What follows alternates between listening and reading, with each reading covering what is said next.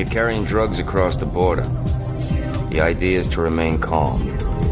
The way I do it is to think of something pleasant. A fun party, moment of triumph, sexual encounter. I actually project myself to that place. A little transcendental meditation, if you will. The trick is to imagine every little detail. Anything to keep your mind off the fact that you're going to jail for a very long time if they find the 15 kilos of blow in your suitcases. Hey. What's the problem? What? With the car. What's the problem? Just get out of my fucking face. Who are you? We're stealing the fucking car. What's it to you? It's my car. How you gonna die? We heard shots. What happened? I sent them a message. Look, you and I are both great martial artists, right? And I'm willing to bet that between the two of us, we can take these guys. Those guys probably have guns, Ben. Martial arts don't stop guns. You think I don't know how a hit gets set up? You think I don't know that? You know what I know? How many times I've been on the other end of that fucking phone? 26 times. Hey, what about the money you owe? What? Cocksucking faggot. He got me by the balls. Might I suggest kidnapping the child of a celebrity? Come on, Cooch, man. You'll be the first Indian president. Sure, man, except for one thing, I ain't no fucking Indian. That's just shit I made up in my head. Motherfucker, I'm a criminal. Ain't nobody giving me no fucking job. Why is this happening to Bobby and not to me? Because Bobby cannot fight back. But you can. So how you been? Yeah, we ain't kids now. Yeah. So what do you want? What I've always wanted is to watch you die. Oh, you ordered the meatloaf. The brisket's really good here, only you'll never know it. You fucked up. Now that I met Gladys here, I just hope the doctor can fix up another part of my body. I'll give you a hint. It rhymes with cock.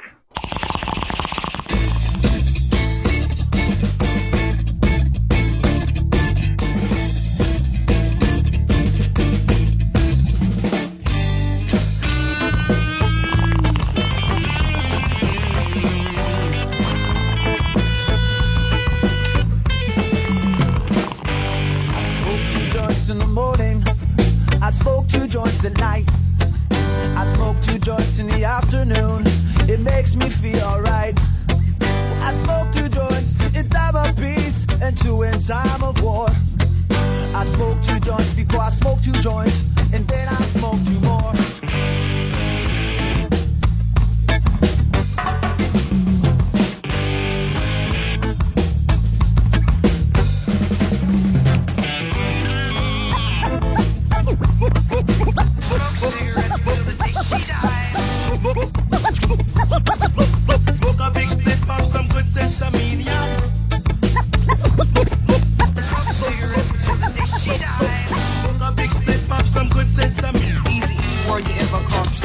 Hell no! Daddy, he once told me, son, you be hard-working man. And Mama, she once told me, son, you do the best you can. But then one day, I met a man who came to me and said, hard work good and hard work fine, but first take care of head.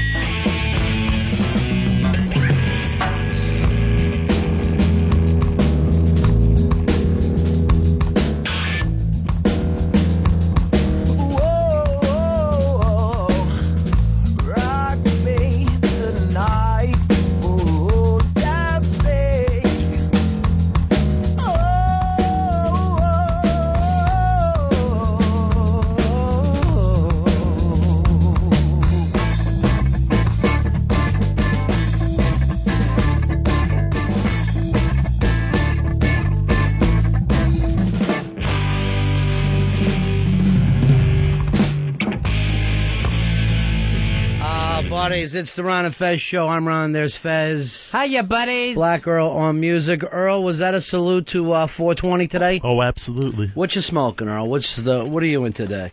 I like the hydro. Yeah, sure you are. 866-RON-0-FEZ. 866-RON-0-FEZ. 420, what you smoking? Give us a call. I want to know actually what everybody's paying for pot in their neighborhood right now. Now, Bronx Johnny from the BX, the Boogie Down Bronx, he is dressed... Fez, if you check it out today, he's got the Miami 34 he's wearing and the hat. He's dressed like the pot smoker of the NFL, Ricky Williams. Bronx Johnny, what are you smoking right now? Nothing much, man. Just regular weed, chilling, man. Allegedly. What are you smoking? Just some rank weed up there in the Bronx? Yeah, just regular shit. What you buy loose joints? That's your smoke of choice, huh? Yeah, man. You've never even seen an OZ your whole life, have you? No. I've never seen 420 celebrated as a costume party where Bronx Johnny came as his favorite pot smoker. Well, last year he was dressed as Bob Marley, and I thought that went over the top. This year as Ricky Williams, I think it makes a little more sense for everybody. 866-RON-0-FEZ. 866-RON-0-FEZ. Let's go right away to Dan. Find out what you're smoking. Dan, where you calling from? New York! And what's... Bronx! All right, what are you smoking? What are you paying in the Bronx right now for weed? $800 an ounce, but this stuff, 2 hits will kill you, Ron. You can only take 1 hit of this stuff. It's 1 hit that you can do. See, pot has turned into acid. It used to be a time that you would pass joints around and relax and enjoy yourself. At $800 an ounce, if you're smoking 1 hit and that's the end of it, it might as well be a tab that you're doing. It's totally turned into caviar. Here's Brody. Brody, you're on Ron and Fez.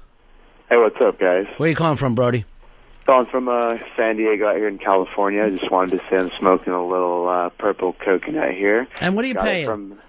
Paying about $25 a gram on the street, and then I got a fake prescription so I can go buy it for cheaper at the weed store, too. So you're involved in that California medicinal marijuana deal?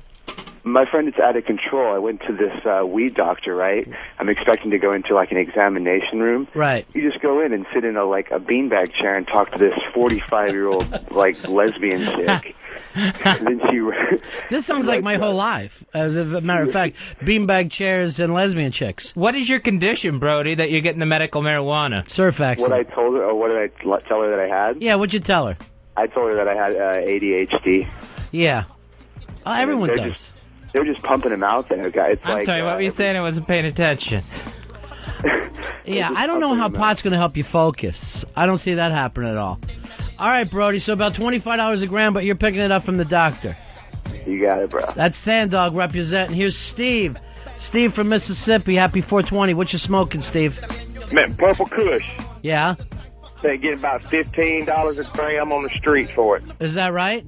Yeah. Now, what percentage of the people in Mississippi smoking marijuana today, you think? Oh, shit. In Jackson, I'd probably say 40-45% of the people that I know, 50% of the people that I know. Right, that you run with. Including Trent Lott. Is there any kind of a hip Jackson scene? Is there any place to go for music?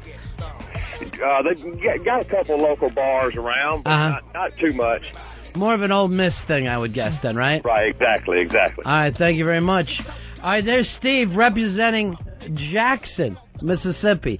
Impressive, Fez. Yeah, impressive to find out that 45 to 50% of Mississippi residents are smoking. That's Steve's friends. I don't know if he's really speaking for the majority out there. Chris from Maine, how you doing, buddy? Not too bad, guys. How are you? What you smoking? A little bit of green brickweed, paying about $25 an eighth. 25 an eighth. Bronx Johnny, here you are in the BX where you should be happening and everybody's doing better than you. Yeah. What you need to do is go out snatching purses, Johnny. You got to put some money in your pocket. Oh, man. Earl, why don't you take him out as a spotter like the old days? 866-RON-0-FEZ. 866-RON-0-FEZ. Here's Joey from North Carolina. Joey, what you smoking? We got $300 an ounce for lamb's breath. We got $200 an ounce for orange crush. And then a whole bunch of Mexican shit weed. That's what has got Bronx Johnny excited. How good would you say the NC pot is? How would you put it up against the rest of the country? Coming out of the mountains, it's really, really good, actually. All right. North Carolina representing. County. It's not Humboldt County, California, though. I'll tell you that much. All right, 866 Ron Zero Fez. 866 Ron Zero Fez. 420 today. We're playing What You Smoking, What You Paying For It. Here is Terry from Kentucky. How you doing, Terry? What's up? Yeah, buddy. What's going on, buddies? What you smoking? Some good old crunch. Well, it's great having this conversation with you. How do you put up the Kentucky weed? He's just one word. Like I fucking pulled him over, this guy. How's the bluegrass? Kentucky bluegrass, there you go. Yeah, all right, thank you very much. One of the things is it might be fun to smoke pot, but when you're not and you're hanging out with that guy, it's not going to work for you very well. See, that just proves it's not going to help the other guy's ADD. Hey, Sam from Oklahoma, what you smoking? Hey, happy 420, my friend. Happy 420. Just smoking your typical commercial, getting it anywhere from $4.30 to $5.25 a quarter pound up in Ohio. I'm out on the road, and you get some really good nugs. The Lemon G13, famous out of Columbus, for about about $500 an ounce, man. It'll melt you in your couch. Now you're a trucker, Sam? Yeah, I'm a driver. Now, have you ever moved any? Have you ever hauled any? No, just personal. All right, thank you very much. Here is Mo from Massachusetts. Mo, you're on Ron and Fez. Hey, Mo. Hey, what's going on, fellas? Hey, buddy. Just want to do a bong hit for Hitler's birthday. All right, bong hit for Hitler's birthday, representing. There you go. That's one's for Adolf. 866 Ron Zero Fez. 866 Ron Zero Fez. I'm trying to remember what are all the reasons why 420 is the weed day. It was Hitler's birthday popped up. Right. There was another bizarre day, and then it was supposed to mean some cop thing in California. Oh, yeah, police code. Yeah, because people in California love goddamn police codes. They will bring them up at any chance they get. Here's Aaron from Ohio. Aaron, you're on Ron and Fez. Hey, good morning, Ron and Fez. Hello. Yeah, Aaron, what are you smoking? Well, to tell you the truth, I'm not smoking anything. I'm from New Zealand and I'm working here over in the US. Just saving up a bit of money. I'm heading towards, sometime this year, I'm going to head towards Amsterdam and just smoke myself silly tenfold. Well, Aaron, do you want to start using a man's voice? Could we work that out for 420? What do you say we stop trying to talk like old British ladies and, hi, everybody. This is Dame Edna, and I'm smoking a fatty. Here's Jeremy from Cali. What's happening, Jeremy? Hey, Ron, what's up, man? What you smoking? I got the medical marijuana club thing, too, like that guy. Jesus, California's loaded up on the medical marijuana. Yeah, I got it when I was 19. I went into the doctor, and it was just like this old dude, and gave him $150, got my license. Now I go to the club, it's like $8 a gram, or like $25 an eighth, 200 ounce. Are you supposed to sit there and smoke it at the club? I used to be able to, like in San Francisco, you could go in, there's like 100 clubs in San Francisco. Really? But like here in Santa Rosa, it's like, you go in and it's just like, show the guy your card, buy the shit, and then you're out. Now, we don't have shit like this on the East Coast, do we? It's usually I've heard they had it like in Denver or something. Or, yeah. Well, Denver's not really the East Coast. I know it seems far east when you're in California and part of the medical marijuana club, but yeah. All right. All right, thanks a lot, man. All right, cool. Peace. So about $8 a gram to sit there and smoke like a gentleman. Just sit there and smoke like a gentleman. And then if you threw in dancers, it would really be the perfect club of all time. And he's another one under doctor's orders. Cody from Canada, what you smoking, buddy? Hey, what up? We don't have any special names. We call it just BC, but yeah, about $150 an ounce Canadian. So it's like $10 American. Yeah, right. We could really go up there with like $20 and really enjoy ourselves. Oh, it's fucking nuts. $500 an ounce down there. Yeah, quit. Everything is worse in the States. It's the fucking Bush years, brother. It's the Bush years. That's why we have to get our prescription drugs from Canada, too. He got his, and now the rest of us have to fucking crawl around on the floor like animals. All right, Canada representing in a big, big way. And the Canadian weed's getting very famous now. Am I right about that, Johnny? Yeah, boss. Like, if you go to the colleges, that's what's cracking out there, man. That's what's cracking out there, Fez. I had no idea things were cracking, but okay. Mike from Florida, what you got for us, buddy? Hey, buddies. Yeah. Yeah, I'm getting some stuff right now. It's $3,800 a pound. Yeah. From Atlanta, Georgia, man. Great stuff, man. One hit, that's all it takes. Here's the problem. When it starts to get $3,800 a pound, somebody will kill you for it. That's the problem with that. There's always a place that you can get with your drug use that goes beyond the point of comfort. When you suddenly have that gym bag full of money, then you're thinking, well, somebody will cut my head off for this. All right, thanks. Thanks, buddy. All right, there you go. Here's Matt from L.A. Matt, what you smoking, buddy? Hi, it's Matt in Los Angeles. I'm smoking Nordica Hydro as I drive to my Chamber of Commerce meeting for the Land Use Committee. And I am also under doctor's orders. I have been now for 5 years. Is everybody in California taking advantage here? Well, luckily, no. I have a gardener, a Mexican gentleman, who I at one time, about 3 years ago, laid a little bit of my medical marijuana on. Yeah. He was excited by it, and he still, to this day, does not believe that it is legal and that I have a true prescription. And I said to him, he said he's an associate of the 18th Street Gang, which here in Los Angeles is a well-known gang. Right. I said, you know, the good thing is that none of you Mexicans downtown have any idea that this exists out here in West L.A., like in West Hollywood and Santa Monica. That's Republican pot that you're enjoying right now. You know, it really is. As I said, as I drive to the Chamber of Commerce smoking Nordica Hydro, this morning I woke up and did a couple of bong hits with, again, with this Nordica Hydro, which I topped with a couple of spoonfuls of a keef that I find enjoyable called Kahuna Keef. One of the things about having a prescription is these stores, you can really be a connoisseur. You can go in and you discuss with somebody what kind of high you're looking for. Are you looking for an indica or a sativa? Are you looking for concentrate like a hashish? So, I even bought, get this, when I travel with breath strips that are marijuana breath strips. Now, your breath doesn't smell like marijuana. It smells like cinnamon. Right. But can you imagine possibly... You get a high off of it. And could you possibly imagine somehow being apprehended through an airport with your pack of breath strips mixed in with your everything else? It's foolproof. So, Matt, you're living the life, man. You got the corporate weed thing going. All right, thanks a lot, buddy. Go get him, boy. Yeah. Johnny, you familiar with the 18th Street Gang? Yeah. What's their whole story? They're pretty bad, man. Yeah. But here's the thing, why they're out there fighting and doing all this stuff, this fucking guy's driving along in his Jag, just living life like he was Bugs Bunny, without a care in the world. He's going to the land use vote at the Chamber of Commerce to vote that all this land be used for hydro. 866-RON-0-FEZ, 866-RON-0-FEZ, 420, big celebration across the country. And California, to me, right now, feels like they've got it locked up. Here's Tammy from Texas. Tammy, you're on Ron and Fez. Hey, Tammy. What's up? Tammy, you're on the air. Can you hear us, darling? She's so high. Call us back. I wanted to hear about what's happening in Austin. Jeff from Colorado. Jeff, what you smoking? Go ahead, Jeff. What you smoking, buddy? Smoking the cat piss. Now, what's the story on the cat piss? Well, it just smells like cat piss, buddies. What are you spending for that? Oh, I grew it myself. Just, and the cat actually pissed on one of your pot plants, and off you go. Oh, there you go. All right, here is Greg from Cali. Greg, where you calling from, buddy, and what you smoking?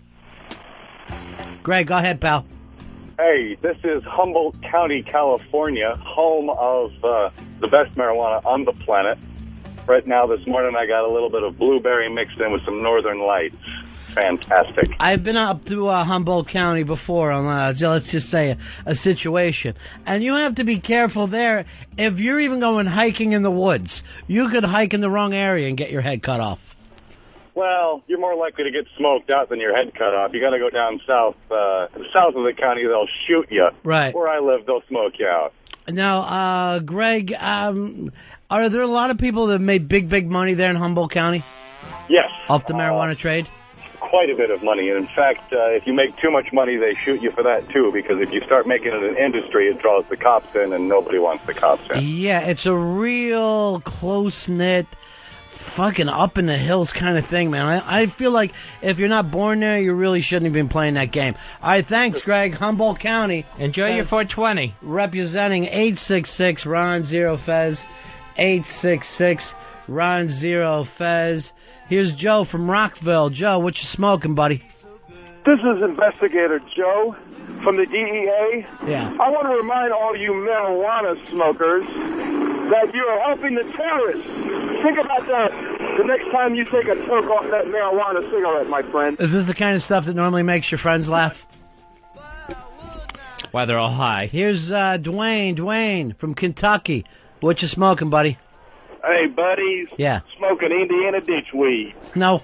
Tell us about Indiana dishweed. What's going on there? Man, you just stop beside the road, pick it up, man, $50 an ounce. Now, Johnny, I see you just smacking your head all the time. Do you feel like you need to get out of the Bronx? Yeah, I gotta go with like cross country and shit, take a tour or something. Yeah, 'cause you'll fit in. No matter where you go, you're going to be able to mingle.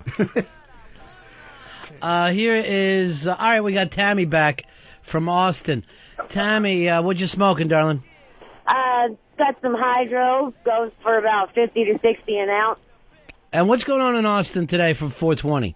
And in Austin, every year on 420 is the Bob Marley Festival. Now, what happens there? Just playing the old tunes, or?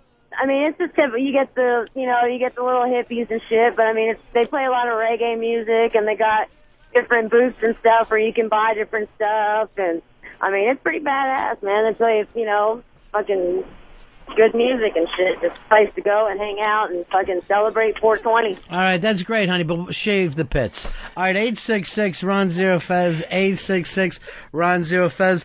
Earl, the hippie thing never completely dies out. Have you noticed that? No, it never dies. You'll always see tie-dye, and for some reason you'll see always the great on wash. Right. Speaking of which, where's Brian and Kathleen? Are they celebrating 420 today? Oh, they got to be baked by now. Here's Tony from, where are you from, Missouri, Tony?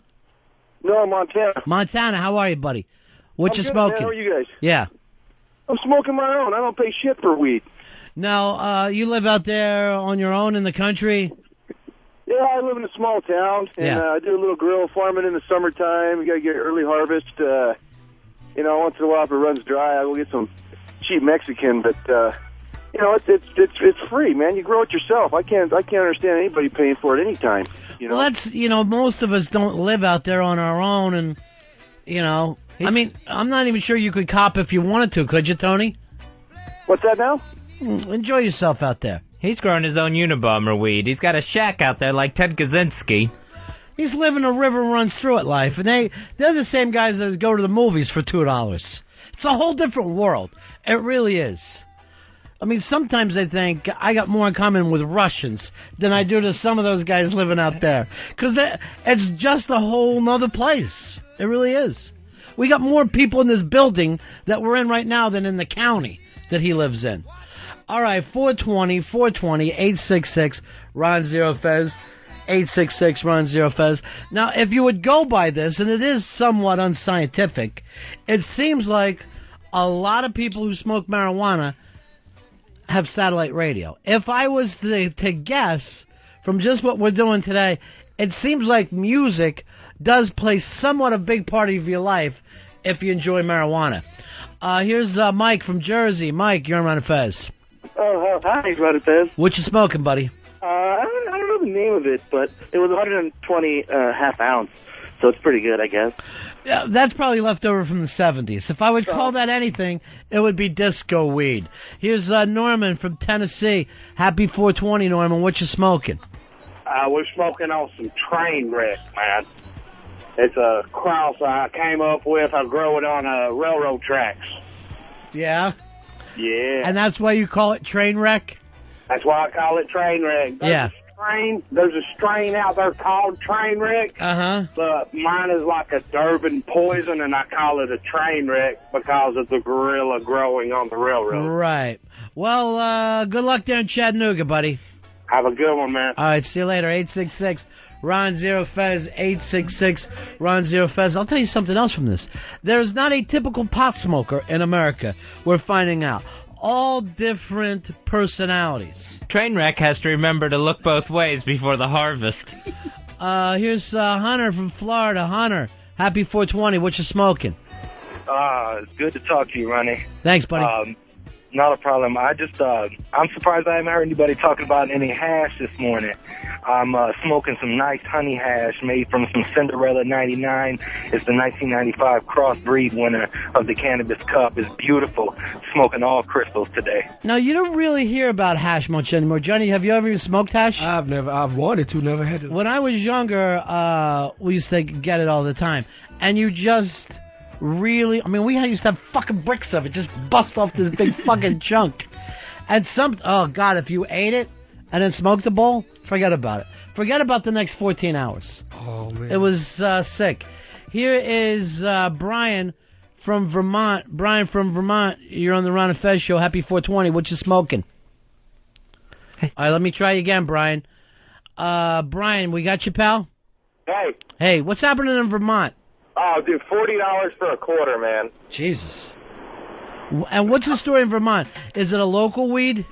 Yeah, it's pretty much local. Comes out of the mountains. But UVM, you can get any types, tons of fucking hippies at UVM. Vermont is very much of a hippie state. And then they turn around and, invent the best ice cream in the world. People who smoke marijuana are always on the outlook for good ice cream. Johnny, does that work that way for you? Yeah, I got like half of my freezers either like fucking vodka or fucking Ben & Jerry's, man. It kicks ass. You're just all set for the weekend, aren't you, champ? Yeah. Cheech. Yeah. Here's Chongo from Cali.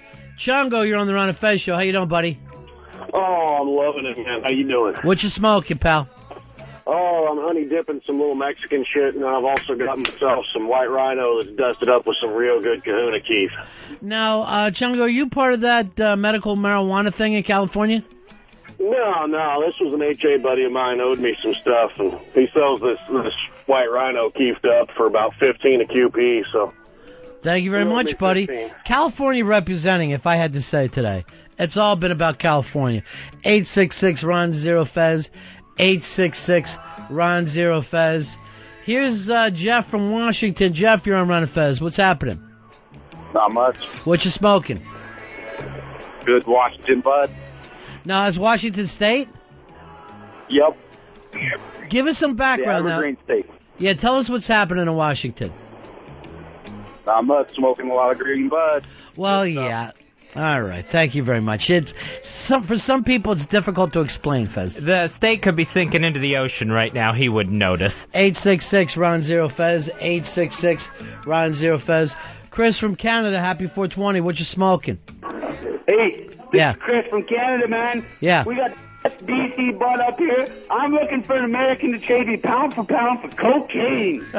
All right, now that's a whole different deal, bro. There's no happy cocaine day, and no people walking around going, we need to get cocaine legalized.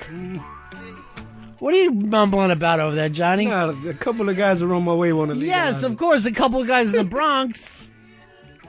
But it's not going to pick up that mass appeal. You should run for a council seat in the Bronx, Johnny. See if you can get that through. I think I might. And probably get elected. E from California, how you doing, buddy? Hey, Ron and Fez, happy 420. Happy 420. What you smoking? Thank you. $75 an eighth Kush out here in California. It's the bomb. It's the bomb. California representing, I think, overall today, Fez. Yeah, very interesting. You'd think they'd all be out at some parade or something, but they're home celebrating. They're 420.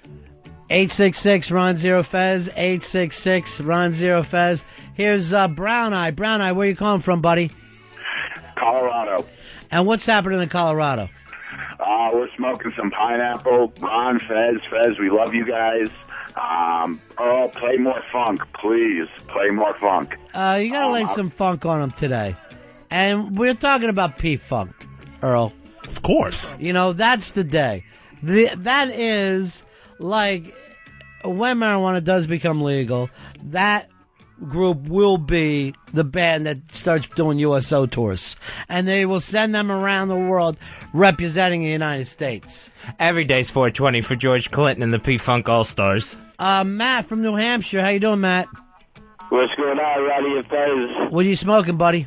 We are smoking 25.2% THC, of the white shark. Now, everybody knows New England has the best herbs. Thank you very much. Fez, you notice everybody comes off like your friend Flipper? Yeah, a lot of just that, hey, it sounds like I have a cold and I'm the stupidest person in the world accent, just combined.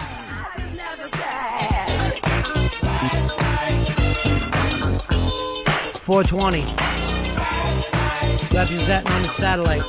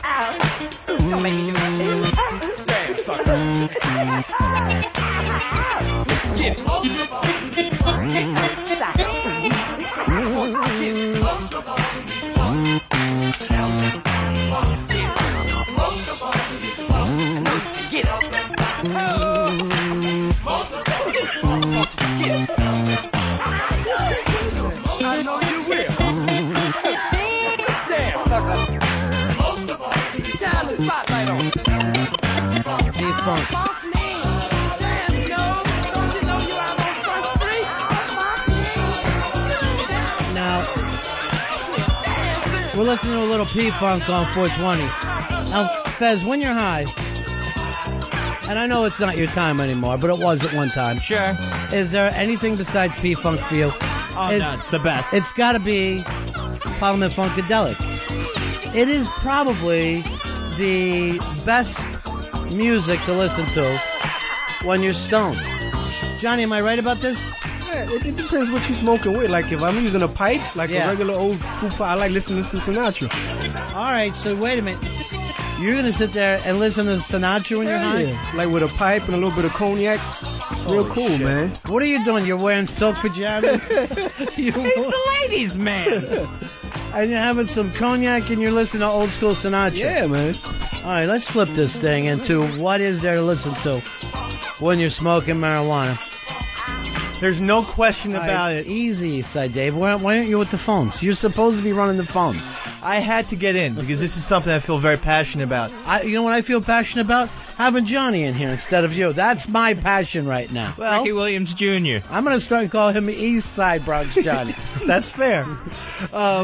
Without question, everyone knows, or they should know, Pink Floyd is the king. They're the penultimate get the high. The penultimate. What is that? Is that a word? I saw a movie the other day, and okay. I'm just... So you thought you would steal a phrase and seem like you're doing it. They're the ultimate get, listen to them, get high. I mean, listen to this vibe, the lunatic. They talk about stuff in your head. You know what? Yeah, when I'm high, I don't want to feel like I'm fucking going crazy. I've done acid with the headphones on. I'm done with that. I want to relax, meet some people, interact. I can't sit here thinking about the lunatic on the grass. It's too much, Dave. I mean, but the lunatic is laughing. No one said that the lunatic is good. It's not a good thing, no. But he never says it's a murderous lunatic. It's not ever a good thing when you're high to start thinking about madness. And I don't like to be around people who do. It always weirds me out. I enjoy the laughter, the vibe of the songs, the music. The thing about Floyd is that they're so spacey that when you're high, the notes seem to suspend in the air. Yeah, you have a point. But again, I don't know if I can deal with the lyrics. Here's Ryan. Ryan, how you doing, buddy? Not bad. How are you, man? What you smoking today? We're smoking some good-ass $100 a quarter shit down here in Florida. Mm-hmm. Supplied by my fiancée, because I don't work at the time, unfortunately. But guys who smoke pot always have a bad back. Hang on, I'm just so shocked. I better take a heart pill. Oh, my gosh. Please do. Yeah, speaking but of anyway, have we baby got aspirin in here at all times. We got 5 bongs packed and about 3 bowls, and we're going to smoke them all as fast as we can, me and my buddy of mine. All right. And I just wanted to let you guys know that. All right. Enjoy your day today, buddy. You too, Hey, man. Ryan, what do you listen to when you're high? What's the best music? The Squiz, man, the Squiz. Sweet. Thank you. Pull that for a promo, Earl. They know. Why else would they do it? They know. I thought he was going to say Buffett. Here's Jeff. What year is this, Fez? Jeff, you're on Ron and Fez. How are you, pal? Good morning, gentlemen. Jeff. Nothing better than eating a big old brownie and sitting on the couch listening to Bob Marley. Bob Marley never goes away. No. Never goes away. You might as well listen to Sam Cooke. It's all about fucking Floyd. Sam Cooke is great. I don't want you to just hate everyone else's music. No, but you have to respect Bob Marley. Not really. I thought he was very one-trick pony. You know, don't kill anybody. Oh, stop singing. Earl, give us a little Marley.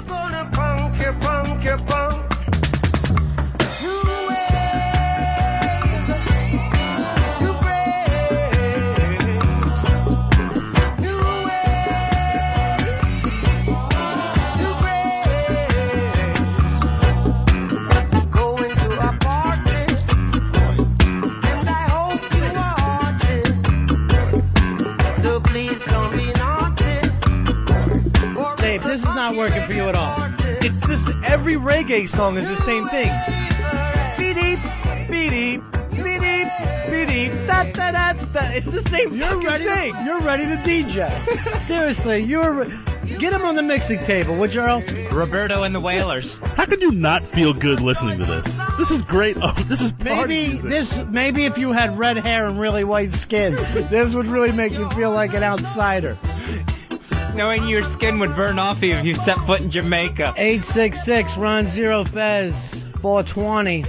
We got into this discussion. What do you listen to when you're high, other than the Squiz? Here is Patrick. Patrick, you're on the Ron and Fez show. How you doing, buddy? Hey, what's up, guys? What do you listen to when you're high? Sublime. Smoke 2 joints. Well, we opened the show with that. Throw a little Badfish at us. I haven't heard that in a long time, Merle. Sublime's pretty cool, but not psychedelic enough. You need that fourth dimension, that kind of weirdness, the lasers. Pink Floyd. Yes, Pink because Floyd. I can't enjoy music without lasers being there. Why don't you go to a fucking planetarium? So Pink Floyd is the fourth dimension now, not time. I have gone to a planetarium. Well, they do have that crazy time song. I've seen Pink Floyd laser light shows at planetariums. Oh, yeah, what suburb? Spring Lake. Yes, exactly. There's not a suburb in the country not doing that stupid Pink Floyd planetarium thing. I've been doing it for 25 years. Doesn't mean it doesn't hold up, Mr. B. Grab a hold of me. Tell me that I'll never be set free.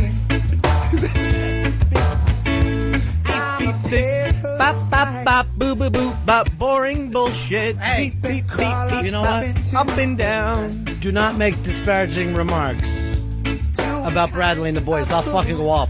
I don't even want to hear you attack Long Beach Dub All-Stars. Are you a bad bitch too? But I ain't got no money to spend. Playing the scale. Lord knows I'm weak and won't somebody get me out of this free. You're a big blue whale. Grab the reef when I'm stuck diving failed. Roberts, 420. What do you listen to when you're high? Iron Maiden, Sublime, Pink Floyd, the usual. Yes. That was a vote for Pink Floyd. A Little Maiden. Yeah. This will fucking take you out of that Floyd fucking trance if you find yourself into. Stroke.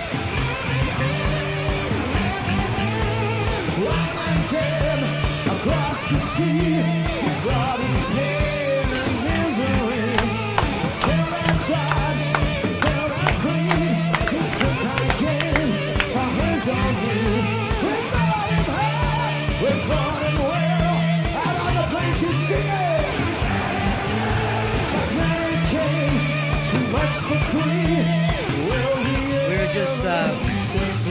trying to teach Johnny how to throw the horns, white suburb style. El Diablo. Come on, Johnny, raise the fist of the metal child. Here we go. Sabotage. Here is Andy. Andy, you're on Ron and Fez. Yeah, Pink Floyd is great, but you gotta have a stronger drug. It's acid or shrooms for Pink Floyd. I gotta agree there. I think if you're talking Pink Floyd, you're moving into the acid stages. I have no problems with that. I did all the acid, and the mom turned the radio down. The mushrooms and everything like that. No, Mom, take the radio, get in the tub, and fucking put the radio on your lap. If this is your son, get in the tub with the radio. Your mom would only be upset if she heard Roberto was doing these things. Yeah, Sublime and Bob Marley are much more just if you're just smoking. It's just, I don't know. I mean, Pink Floyd, I mean, I think I'm not saying you need to be fucked up to, like, watch that movie, but, I mean, you can't just sit there and smoke pot and watch the Pink Floyd movie. You're not even going to get it. Oh, man. I watched the Pink Floyd movie sober. I love that film so much. I don't know how you could do that. There is a good Jack scene in it, though. That's like one of the few movies I've walked out on. 866 Ron Zero Fez. 866 Ron Zero Fez. Here's Will from Florida. Will, you're on the Ron and Fez show. Happy 420. Ronnie. Hey, buddy. Hey, I haven't heard anybody talking about any hip hop. I listened to strictly some Outkast, Aquemini. They had a big influence from psychedelic type music, P-Funk, stuff like that. What are we waiting for, Earl? Lock it up. Outkast, I mean, it's the same, you know, Andre 3000. Yes. What's the... Well, I'm not asking you to feel every moment of silence on this show. If you have something to say, say it. But don't just start mentioning members from the bands. That's crazy talk. Often lie, and sometimes lie. Nothing is for show, nothing is for certain. Nothing lasts forever, but until they close the curtain. This is too scary. It's a Gemini, a Aquemini. Hey, CJ, you're on Ron and Fez. Yeah, what's going on? Happy 420. Happy 420, buddy. Thanks, CJ. Hey, thank you. Yeah, fucking some Long Beach Dub All-Stars, maybe a little Pink Floyd, but I'd have to say the best thing is Dark Side of the Moon and Wizard of Oz put together. Yeah, if we were all in 11th grade, we'd do that this afternoon. All right, here comes Bill, who's really more on ADD drugs than anything else. Bills, what's your music from when you're getting high? Wait, what was that? What was that? You waved that you wanted to say something, right? Yeah, and Earl kicked me off the mic in the other room, so I had to... Well, now you're in here. Yeah, so I didn't hear what you were saying as I was all right. in rooms. All right, well, we'll move on, and if you ever get another chance to hop in, I want you to... Oh, the band. The band is Captain Beefheart's Magic Band. Oh, very nice. Captain Beefheart, Bobo will be very, very excited to hear that you're promoting that. Trap Mask Replica. Here is, and no one brought up Zappa, so really, they're the twins. Hugely overrated, I thought. I've always thought Zappa. My friends who like Floyd give me Zappa. Look out, East Side, here comes Ronnie! Ow! Ow! But, okay. East Side is down. I told him I wasn't going to put up with his bullshit.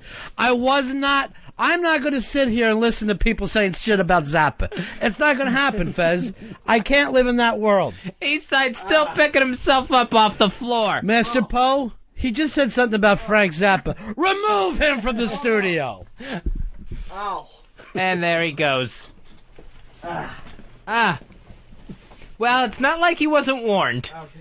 We do not live in a community here at XM where people can sit down and make false claims about Frank Zappa. We're not going to put up with it.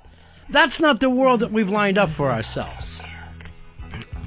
And now a pale red-headed boy has paid the price. Now, Earl, don't you wish you had this at NEW years ago, where if somebody came in and took a shot at Beefheart or Zappa, you would have security able to remove them? Oh, absolutely. Without question. I'm still shocked that you put the boots to him. I had to. I'm not saying that. If Frank Zappa was alive, I'd let it go because he'd be able to defend himself. Hey, he had it coming to him, but it was it's still... not like you said something about Ahmed. Yes, Ahmed's going to take a shot. Moon Unit, I got no time for. Maybe I got a little carried away there. I don't think so. I can't stand. First of all, you know, all right, Pink Floyd, great band, but he's got the tattoos, and it's all he talks about. It's like going to an ice cream store. You're trying to get some ice cream, and the guys keep yelling chocolate in your ear the whole time. There's more than one flavor, Dave. They're his Yankees of music. One-track mind. The Yankees of music. I would have said the Yankees of music are the Beatles. They're the ones that can do no wrong for people, and they have all the championships. And I would say the Stones are probably the Red Sox, where they need the Yankees to die before they can go on and win a championship. I was going to say the Cubs, because everybody seems to love the Cubs. For whatever reason. I would say the Cubs are more like Chicago. I would say the Cubs of rock and roll. Let me think about this. The lovable losers of rock and roll. The Kinks? I don't know if enough people even dig the Kinks. You know, in a way, Grateful Dead were the Cubs of rock because people would show up but not necessarily pay attention to what is happening in front of them. Yeah, I'll give it to the Cubs. Who would the Braves of rock be? All the talent in the world, always so close, and then just never can make it. I would have said Van Halen with David Lee Roth. That's the Braves. That makes sense. Jeez, we must be high to have these stupid conversations. It's 4:20. We'll take a break. We're right back. Ron and Fez.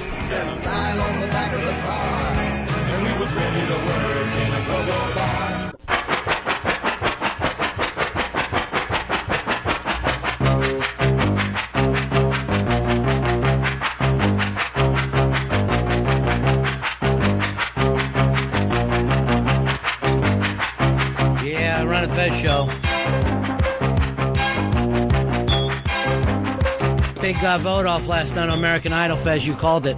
Called it again. My radio psychic comes in as Ace Young gets sent home from American Idol. Fez, I didn't tell you about this. I have a guy writing to us at ronandfez@AOL.com who has some kind of an inside track, and I get to read all the way up and down what the thing is. He even had Chris as finishing third from the bottom yesterday and had the percentages. I don't know how he knows it, but he knows who's getting voted off and when. Very interesting. Yeah, a little surprised that Chris was in the bottom three last night. That's because you don't have my connections. You are not connected. You're grabbing at straws.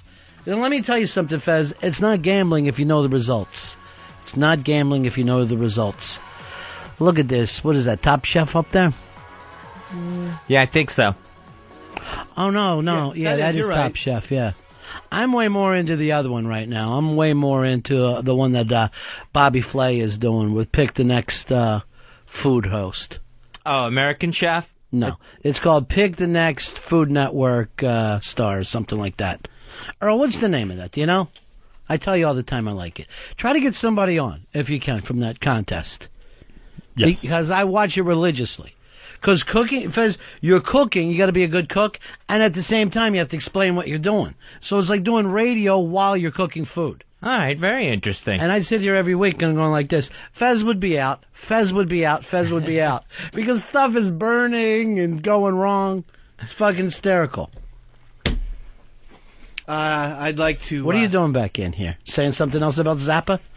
I was able to convince Poe I'm not a threat. You are a threat. When you sit here and say stuff about Frank Zappa, you're trying to bring down the show. And that's why I'm here. Dynamo hum, just couldn't make that dynamo come. What is it you want to say? I would like to sincerely apologize. On behalf of what, your vagina? What are you doing crawling back in here? On behalf of myself, the integrity of my family, and the integrity of Roberto. Stop. No, but I really would like to apologize. I don't like apologies. I'm not a fan of apologies. Are you, Fez? Nah, they just make me uncomfortable. Yeah, this is an uncomfortable moment. I'm just trying to set the record straight, because I am trying, I'm trying to do good here. And I know what, you make me feel like a Little League coach when you do stuff like this. When I catch you fucking around out in the outfield, instead of paying attention to the drills, you're bad-mouthing Frank Zappa. I pointed out to you, and now you're back with your hat in your hand.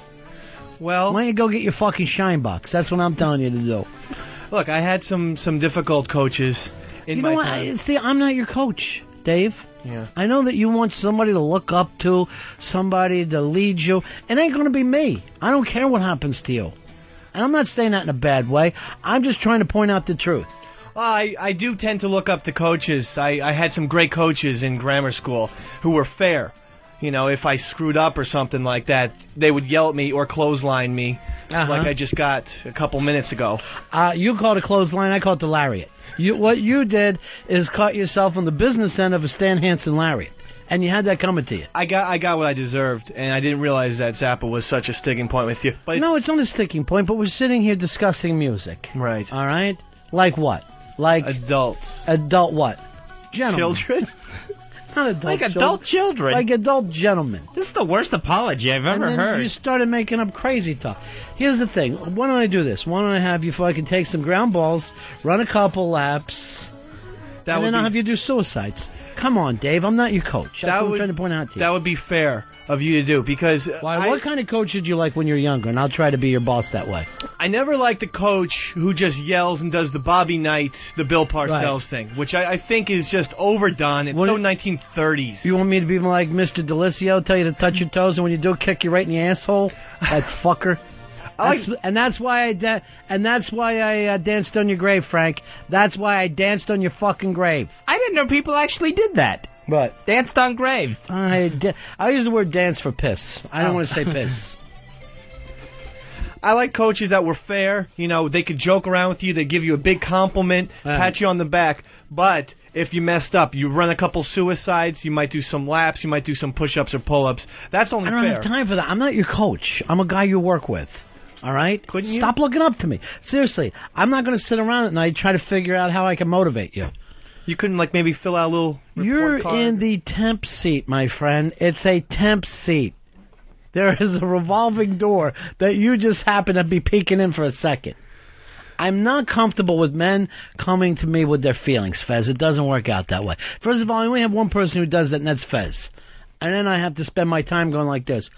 Oh, it's just stress. It's not a heart attack. And then, sooner or later it turns into one. I think Coach B sounds good, and I could say Coach B. I'm not your coach. Seriously. Okay. Earl, what kind of coach did you like? Straight shooters and guys who just emphasized the fundamentals and just kept, if you screwed up, we just kept working at it until you got it right. My favorite kind of coach is one who didn't give a shit, who was on some kind of work release program and would let us drink. That, to me, was a good coach. Your teams couldn't have been that good. Oh, no, we went 0-16. But the point is, we had a little bit of fun. When I played CYO ball, my coach Franklin, practice was called for noon. Mm-hmm. I get there at 11:45. I warm up. 12 o'clock, no one's there. 12:30, no one's there. 1 o'clock, coach shows up with a 6-pack and starts drinking it on the side. He's like, "Is anybody here yet?" "No." "Okay, I'm gonna get another 6-pack. Tell them to wait for me when I get back." You got the Bad News Bears coach. I was that was a movie he saw. I swear and we won. We lost the first game 4-3, and then we rattled off 11 in a row. You know what? Your favorite coach was, it got late at night, instead of flicking the lights on, everybody in the dugout and blow each other. Everyone knew had that coach of, hey, let's all get naked. No, we're not going to do it. My Little League coach took us from last place my first year, 10 years old, to when I was 11, first place. Get this is a true story, totally 100% blind. 100% blind man. The cane, the dog, everything. What did he do? What happened? Did he look directly into your skin? No, I mean... So were you constantly coming back on every fielder's choice? You don't put that down as a hit? That was a fucking hit. He was dogging it. Mark it as a 2-bagger, Mr. Bevere. Remember how when you played Little League, you always came back and tried to argue with the kid with glasses? Yeah. That was not an error, it was a hit? And that fucker acted like that book was gold. Like he would sit there and act like the paper was going to cover this. And they knew... It was always the kid who knew fucking absolutely nothing about baseball. You could hit a three-run home run, and he'd call like a triple plus an error. He knew Why else would anybody be sitting there with the book, fucking writing 5-3-6? It's fucking crazy talk. I still remember the kid who did that for our team. His name was Rich, and he had glasses, and we called him Dickie Squints. Dicky Squids. Just as cruel as we could be. Were you saying that while you were licking his nutsack? You fucking fruit. You're in here fucking walking on your knees because you took a clothesline, and you're acting like somebody else is a puff. It's a good shot. I mean, that was like a... Oh, you didn't know it was Hillbilly coming. Jim. You didn't know.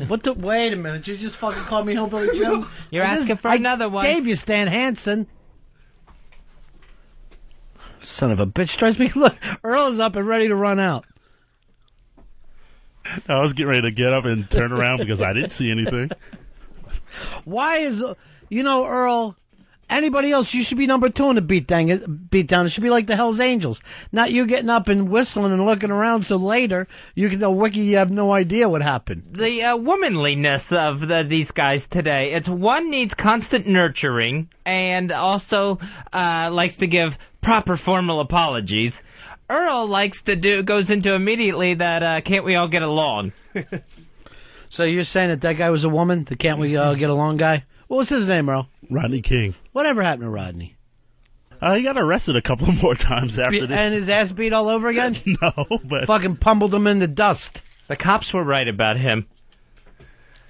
He shouldn't have been on so many drugs. I mean, you know. He wasn't on drugs. He was drunk. Who are we to judge? Drunk? If you're drunk, you can get taken down by 2 cops. It was like 15 cops, and he was still going. He was like, I think he was dusted. If I had to say anything, I'd say he was smoking angel dust. God bless him. Well, I think the official report was he was a DUI, and he was avoiding the cops, all 15 of them. Everybody is. And he was driving like 120 miles an hour. I mean, let's face it. If you could run or stay, why wouldn't you run? Yeah, why not? I don't know why the cops just never shoot a guy in the knee. It just seems like such a... because you can't kill them by shooting them in the knee. You shoot a guy in the fucking knee, right? Right. He's going to sue you forever.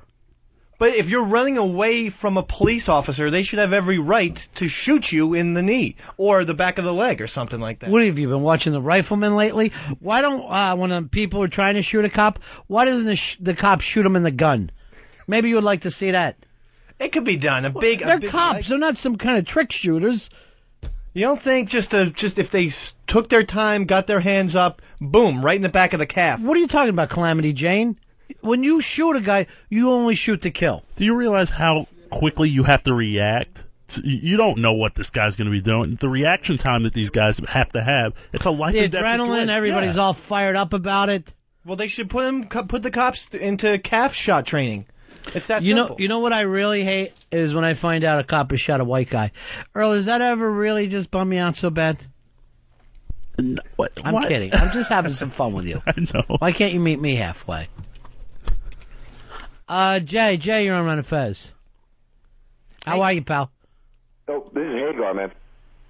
Why you up as Jay? You trying to... I don't know. But anyway, listen, I was calling to talk about when I was younger playing ice hockey, we'd have our practices like 5:30 in the morning, and we would usually be pretty hungover, and dudes would just skate the hell out of us, and we wound up throwing up, during, after practice. Hagar, here's the thing. You're better off for it, though, aren't you? Thanks to that man, you became a man yourself. Everybody bitches about it at the time, but those guys, they stay with you for the rest of your life. You don't think it's too much of a power trip with those guys? But later, when he's dead, you can go back and piss on his grave. Or dance, if so fitting. Well, I'm going to take that under advisement. Dr. Loro. And I'm listening. Loro. Here is Trey. Trey, you're on Ron and Fez. Hey, Ron. Yeah. Look, I had one of those coaches. I don't think everybody did. Coming up. Yeah. 11 years old, pick you up by your face mask in football. Yeah, I don't think that they can do that anymore, right? They always used to grab our fucking face mask when we were little kids, shake our head back and forth, felt like it was going to pop off. Or a mouthpiece. I don't think you can do that in college football anymore either. I had Grab by the agenda mask. as well. I'm real curious. Does Eastside Dave have pictures of somebody at XM blowing cattle? How's this guy get on there? Eastside Dave is a valued member of the XM team, and I see him having a long, long career. And I do have sketches, not pictures. Yeah, I well, have that's sketches sketches of from your own mind. Now, we were talking about coaches, right? Yeah. Your girls' volleyball coach, did she used to be rough on you? No, I played on baseball teams. JV? Now, Yeah, let me ask you this, 389. because we bring up the girl stuff. What is the most feminine thing that you do in your life? I like different shampoos. That's probably something that You get excited by shampoos? Shampoos. I love the whole line of Herbal Essence because they have a very. I thought they were cheap, though. Don't they turn your hair red? I would watch out for. That could be the cause of my problems then. But every different Herbal Essence smells nice, so I like to buy each bottle just to So smell you're watermelon. a shampoo nut. You love the shampoos. I love it, and I set them all up, and they're very colorful. Yeah, shampoos and hand soaps as well. I like that too. Earl, what about you? What's your most feminine quality? Keeping a clean apartment, dusting, a lot of that stuff. You have like a little dusting? Not a Like, duster. I've always wipe everything down. It's almost You wear bunny slippers around the apartment? No, actually. See, I thought the way you were telling me before, I thought your apartment was a hellhole. Because you were saying there was a big hole ripped in the side, and you have all the stolen CDs from WNEW. They're borrowed. And, no, it drives me crazy that there's always, like, dust particles and little bits of dirt everywhere. I don't know. So you're a clean girl. I'm a clean. So I got a clean girl and a shampoo nut. Yeah, shampoos are fun. What about you use any other creams, skin creams? Oh, I have a lot of, the skin creams double as, face stuff. Right. And, of course, they're good for spanking. But Lubriderm, I've found out to be the best one, yeah. For what? For, your hands, the dryness of your hands. Right. And also, it acts as a double agent for spanking. So it's weird that a guy who would be like this into all kinds of skin stuff would have all these tattoos. Yeah, that really... You think that you don't care about your skin? No, I mean, maybe it means I care so much about my skin that I want to decorate it like a Christmas tree. You look like a fucking Christmas tree. Time for a new decorator. I'll give you that much. 866 Ron Zero Fez. 866 Ron Zero Fez. Here's Dave. Dave, you're on Ron and Fez. Yeah, I just wondered if I might have heard incorrectly, but did Eastside just throw out a fucking batting average for JV baseball? He did. He did? Will you punch him in his goddamn back? Hey, whoa. No, I'm going to try not to. But, yeah, he did. Here's the problem. He threw that around at us like it was his high school batting average. And then later, we found, because he's going, hey, fuck you, 388. 389, read him and weep, brother. 389. And when he said it, we all backed off. We went, shit, he had 389 in the senior year. Then we found out it was 10th grade JV, and it's like bragging about a softball beer league. You can't do it. I could have performed, I think, at the same level on varsity. Why didn't you? Because we're talking about feminine qualities, and you were poetry writing Mo back in high school. Well, I enjoy the words. I like the pen. They say the pen's mightier than the sword. Who does? I'll fucking run a sword right through that guy's heart. Anyone who ever wrote that shit down in front of me, I would take a sword and chop their head off. Well, it is what it is. I had to leave baseball for something, to go to the Arrester and produce these great pieces of literature. Saved on hand lotion. Yeah, well. Here's Chris. Chris, you're on Ron and Fez. How we doing, buddies? Hey, buddy. Hey, guys. I played college football out on Long Island at a school. I'm sure you could guess it. I got my own radio show. Yeah, good to meet you. So I had a coach, Southern guy from, I don't know, one of them southern states, Arkansas, some shit. Guy was such an asshole, made me hate the sport, hated him. Promised myself I'd never be like him. Now I'm coaching high school football. I'm exactly like the fucking guy. Is that right? I do everything he said. I grabbed the face mask like you said. I got my face mask grabbed. I grabbed the face mask. You ever look this guy up and say, your abuse turned me into an abuser? Well, he left my senior year of college. Uh-huh. He never played me. Then I finally got to play, and every game I played, I sent him the film of all the catches that I made. Did he ever write back to you or call back? He threw a guy. He said congratulations, so I sent him a nice little... Nice catch, fucker. All right, thank you very much. 866 Ron Zero Fez. 866 Ron Zero Fez. See, that stayed in his head. That coach stayed in his head, and he's still there. Now he's sending him highlight reels.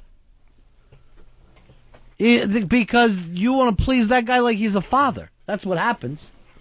That suddenly becomes your dad. The guy's an asshole. Yeah, he's an asshole, but it's like a lot of guys whose dads are assholes. They're still trying to please him years later. It's like a mentor thing. See, I prefer the coach who is, who's good to you, is nice to you. I still remember my Little League coach. I mean, that's Everybody remembers their coach. You remember that guy in your deathbed. Well, I've had a lot of coaches, dog. And remember, people will remember a fucking drag bunt 80 years after the fact. Because you'll talk to some old man. I just tap it. I mean tap it. And it's rolling. And it stays fair. The game's tied. Next guy up hits a dinger, and we win 7-5. You're like, why am I hearing this fucking story? Every minute detail about some Little League game that took place in 1941. And his drag bunt didn't even mean anything if the next guy hit a home run. Well, it was 2 outs. He fucking lines it up.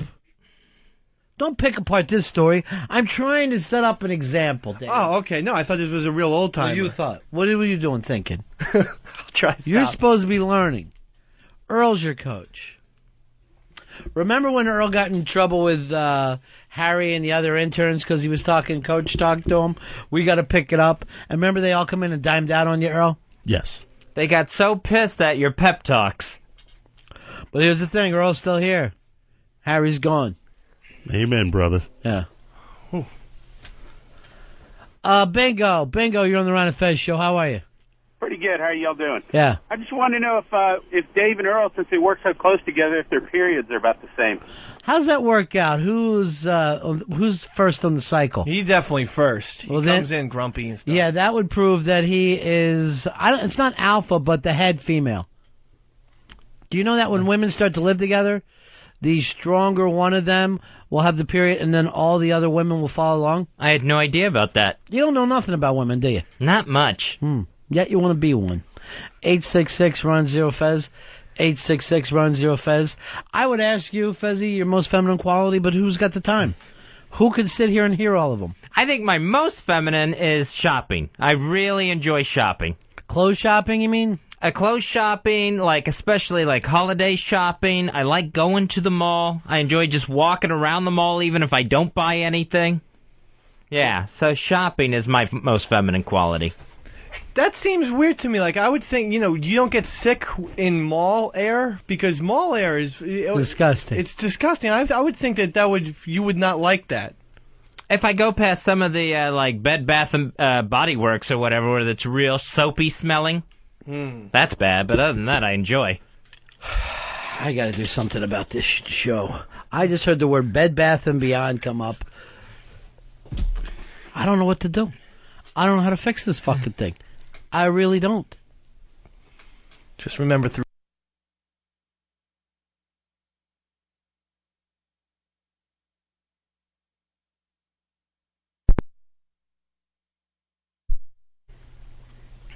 I would say Earl's the most feminine, though, if I had to pick. Earl's not talking about Bed Bath & Beyond and fucking mall shopping, Fez. Here's Rob. Rob, you're on Ron and Fez. Hey, man, I used to have this coach when I was playing Little League football that would let us smoke dope out in the field and shit. He didn't care, man. It was great. What year was this? This would have been 2001.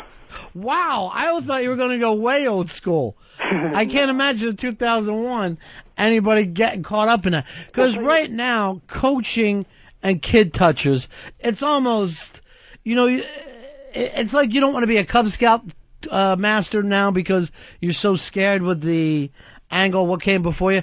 Coaching has the same thing. If you have a team, right, the only way the fathers want to see somebody coaching that team is another father that was forced into it. But an outside guy hey, I just wanted to be a coach for these 11-year-olds. Everybody is so suspect of that guy now. I really kind of, in a way, do want to do that, though. And I'm not just... You got to get a kid. Well, I mean, why? I think I would be able to be real fun and just give them great baseball advice. Right. But that's true. But no one is going to trust you. You look like Aqualung. You're going to be out there rubbing your nose around those children, and none of the mothers are going to be leaving. They're going to stay at every practice with you. I'll do whatever it takes to get them to win. I'll tell you that much. And if it takes a little nose rubbing, that's what I'll have to do. See, that's the problem. I can't see where a guy would want to take any sort of job around children. You are just running such a risk of something going wrong, whether it's teacher. You know, if I was a barber, I wouldn't want to cut a kid's hair. If you have You're afraid of kids? I just, you're gonna run a risk. Something like, if you're in a profession. When you have your own kids, though, everybody, it's okay. Right. Because they're like, well, no one else's dad will do it, I'll do it. You know? But when you're just a regular guy that, you know, decides you love being around kids and you love coaching them, that guy is on a fucking list that day. Actually, one of the coaches I had in football when I was a kid, years later, like, 15 years later, got caught being a kid toucher. Jeez. And all I could think of is, was I so fucking hideous he couldn't take the time to try to make out with me or grab my balls? What was wrong with me? There was nothing wrong with you. It wasn't your fault, Ronnie. Here's Bill. Bill, you're on Ron and Fez. How are you, pal? Hello? Yeah. Hey, I used to coach a church girls volleyball team. They had a whole league and everything. How many did you bang? None of them. Sure. But I got the gig because it was kind of like you said about, a parent being forced into it. I was married to this chick at the time, and her younger sister was on the team. They couldn't get a coach. So I did it, and then, for a couple of years, and then my wife and I split up. But they still wanted me to coach the team. The parents liked me, the kids liked me, and stuff like that. But I was one season, and that was it, because I never wanted to be the guy that... why's that divorced guy coaching those girls? And right. How old were the girls? They were, I think, 11 or 12 to 15. Yeah, you're an awful guy at that age. I mean, Yeah, 15, 15, they start to look at you like you know it all. You need to get out of there. Yeah, I got out of it was one extra season, and I had to give him a reason why I was quitting. I said, I didn't have any more time to coach, which wasn't the truth. But, and then some other chick... you should have just said, I can't look at all these new tits. I'm not a man who's able to restrain himself. I'm leaving here like a werewolf. Oh, and the other thing, too, is one of the girls, a few years later, one of the girls calls me up out of the blue. Yeah. I could tell she was going to have a smoking body. And she calls me out of the blue because she wants to fuck you. Have coffee with me or something. Right. And, she was 17 or so. Yeah. So I was like, all right, because she has something important to tell me. So I said, well, you know what, here it is. I'm off the radar now. It's been a couple of years. So let's see what she wants. It turns out that even when I was coaching her, she had a drinking problem. Go out to parties, get fucked up, and all the time. And one of the steps was she had to, make amends. So we're meeting for coffee, and here I am, yeah, she'd be able to make amends. Fucking sucking on that knob is what we're she'd have to late for the do. rest of the night. Here's your way of apologizing. It's not a step. No, that was it. That was all she wanted to say. Yeah. Jip. Yeah, exactly. You don't want to be around a fucking 17-year-old girl when you're a man. It's ridiculous. Yeah. You want to be on the other side of a net from them. That's the closest you want to get. It's practically legal. Practically is the problem there. That makes it even worse. Technicality. When you can start and imagine, that's when you got to get out. Because they don't fucking... you're not going to see a judge who's going to look at her and go, hey, who wouldn't? It just doesn't work that way, Dave. That's why I don't want you around kids. All right, I'll still clear. I was uncomfortable when I taught Sunday school. Just sitting there with a big fucking heart on looking at those children? Just wait till they leave, till the room's empty before Is that I a can thing go. for you, though, Fez, as kids? Yeah. Are you like Michael Jackson that way, right? It's not so much the kids as it is the threat of something could go wrong when I'm with kids. You picked that up because our buddy J-Dubs literally has a phobia that he can't be alone with a kid. He is so petrified that a kid is going to accuse him of something, and he's not going to be able to defend himself. That we had to do this thing, and the boss had his kids there, and we look over. He's fucking sweating like an animal. He is so fucking terrified because he thinks someone's going to say, one of these kids is going to say for no reason, that man touched my fucking junk. Yeah, he gets so upset that he can't even talk to the kid while the kid's standing there with him. He can't even muster up a conversation with a child. We had little Lene give him a back rub on the air one time, and he was so freaked out from it. He's, J-Dubs does the Hideout in Orlando. It's hysterical son of a bitch. What is that, Real Radio, Fez? Real Radio. Yeah. I'd say something about him, but I don't want any of them to beat us up. They beat up other shows. I saw that. We got to be careful. We beat up our own show, which I think, shows that we care. I mean, my throat still hurts a little bit, but... No, The dick you took last night? From the Come on. clothesline. Seriously, why are you walking in here just asking for these? Earl, am I right about that? He walks in asking for it. Oh, he definitely had that. You never, ever knocked Zappa. Ever. Here's Chad. You're on Ron and Fez. Hey, what's up, guys? Hey, I can Yeah. sympathize with the whole being afraid of being around children. I'm gay. I taught for 3 years in a public school in Pennsylvania, and some people in the town found out that I was gay, and I was not forced to leave, but there was a lot of pressure for me to leave my job just because of the fact I was gay in a small town. So I can totally understand. I can't believe it is 2006, and we live in a world where this guy can't fuck kids. It's heartbreaking. Isn't it? When you think about it. How old were the kids you were working with? I was working with junior high kids, 7th and 8th grade. Right. So, I had a junior high teacher turn into a fucking kid toucher during my year. Took two of the kids bowling, grabbed balls. Again, not me. I ain't saying who they were. Joey and Petey. And I'll say your fucking last names right now. You two girl faces. You don't think I'd like to go bowling? Little free fucking bowling every once in a while? All these kid touches around my life, nobody. So much as put a thumb on me. You can't blame yourself. Chad, what do you do now? I drive a tractor trailer, and I'd never touch a 7th or 8th grader. I know you wouldn't, They've got to be at least a freshman. That's not helping your cause. Yeah. All right, bro. I mean, see, that's the thing. It's just that everybody has been so paranoid over the media the last couple of years. I mean, we live in a world now. If a kid is snatched in Florida, people in Oregon fucking make their kids stay in. When I was younger, we were able to go out and run around and play all day. No one ever lets their kids go out now. Halloween's a joke now. I know. I mean, that's gone. They're out at 2 o'clock in the afternoon. Teachers other parents would always say to me, "Oh, we've got to get the kids together for a play date." I go, "What's that got to do with me?" They want to fucking go meet somewhere halfway and sit while kids play. I can't imagine my dad. First of all, if he saw two kids playing, he wanted to know why one of them doesn't have a mower. And you never see kids like play in the woods anymore. No, the woods are fucking. We lived in the woods. The woods when I was was heaven. younger. Yeah, the woods was porn, beer. The woods was our Vietnam, and we would fucking trudge through there like we were looking for Charlie. But yeah, you would have a fort, we would call it, which was a couple of nails and some boards and whatever kind of skin rags you could find. We built, we dug a thing called the ditch, because everyone had forts. Yeah. So we had the ditch. Underground fort? We just had, it was a stupid child massive hole that 14, 12-year-olds dug. And it was so big, we needed ladders to get out of it. It was totally pointless. Yeah, and again, if you're trying to set it up where, it's a good thing, you can't be more vulnerable than sitting in a hole. Meet me in the ditch, man. Hey, boom, you're on Ron and Fez. You were the ditch bitch. How we doing, fellas? Hey, what do you say, man? Hey, I'm a teacher, right? So, been teaching for 2 years. Yeah. I'm that guy who's that paranoid guy. I don't even want to fucking look at a girl. Don't even want to look at a girl. How old are the girls you're around?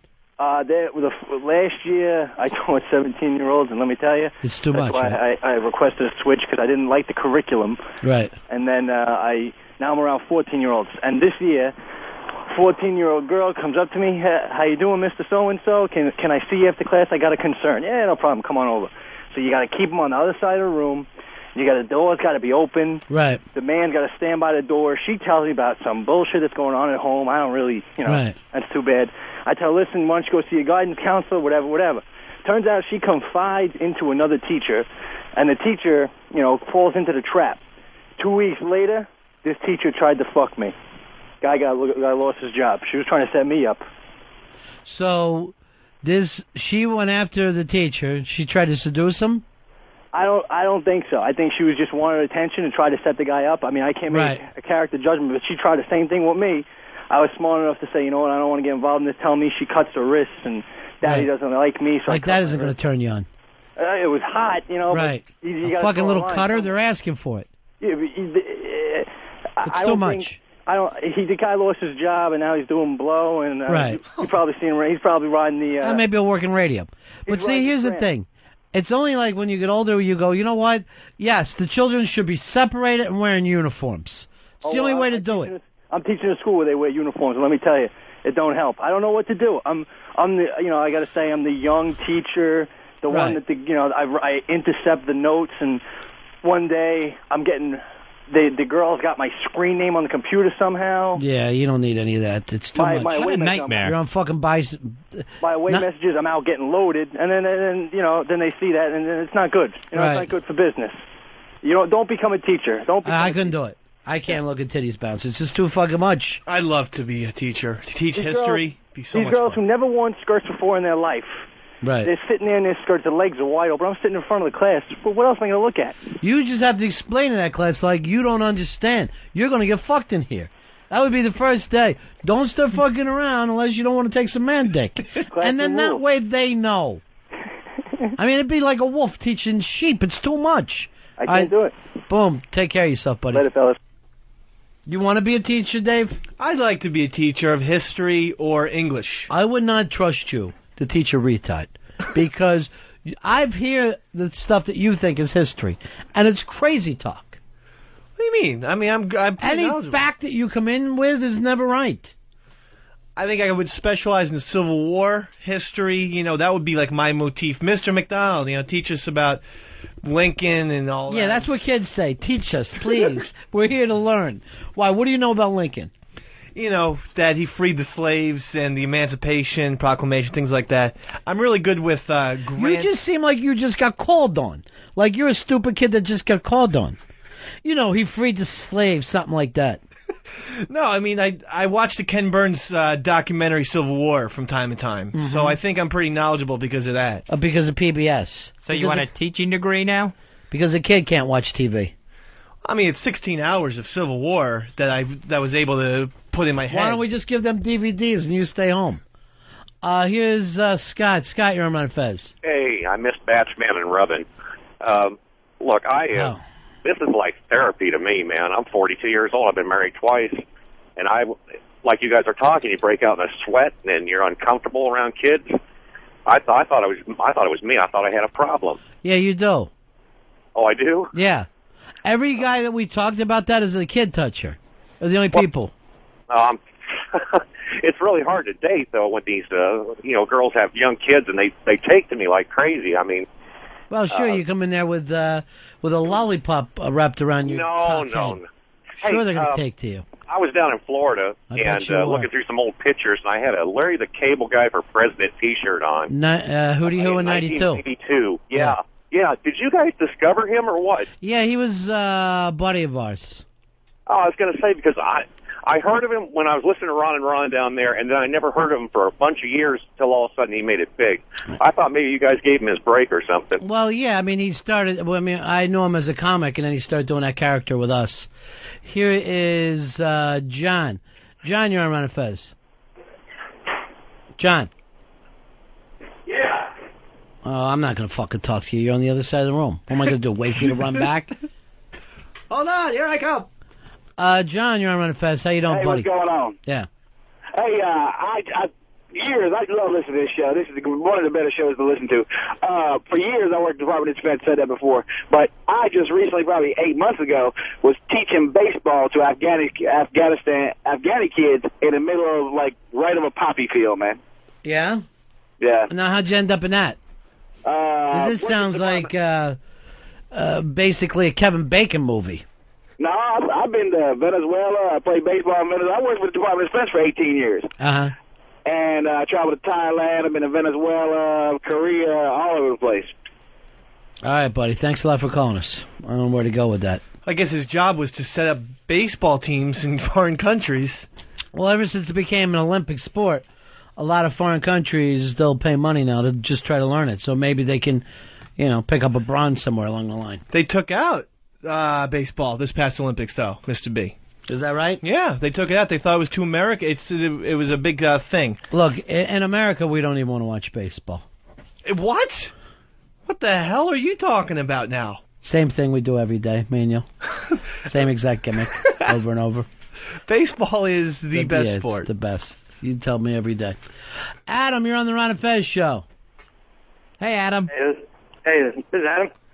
Hey, my dad is a coach of the local the local varsity softball team, and he makes sure he never touches the girls, and he hires out 2 local college girls that are like 25 to, do Play all with this, them? like, up-close stuff. Make out with them and stuff? Yeah, they're like the batting practice, making sure, they're holding the bat right. Make sure everybody's he never really got a bra He never on. gets alone with them. Panties. Get them to go ass to ass. I'd be the first day of class. Listen, come on, everybody, ass to ass. Let's stretch. Stretch.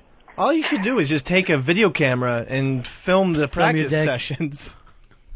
Film the practice sessions of the girl you're teaching. Done.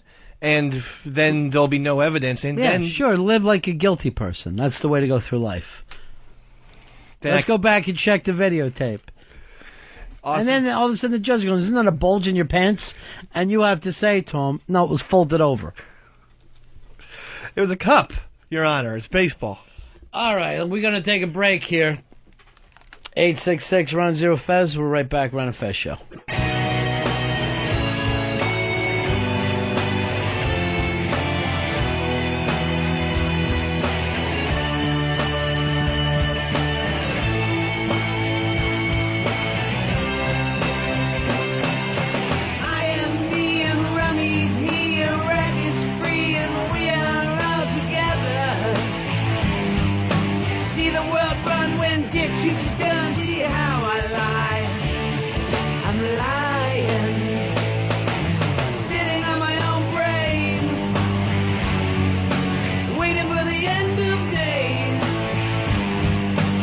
Corporation profits, bloody oil money. I'm above the law and I'll decide what's right or wrong.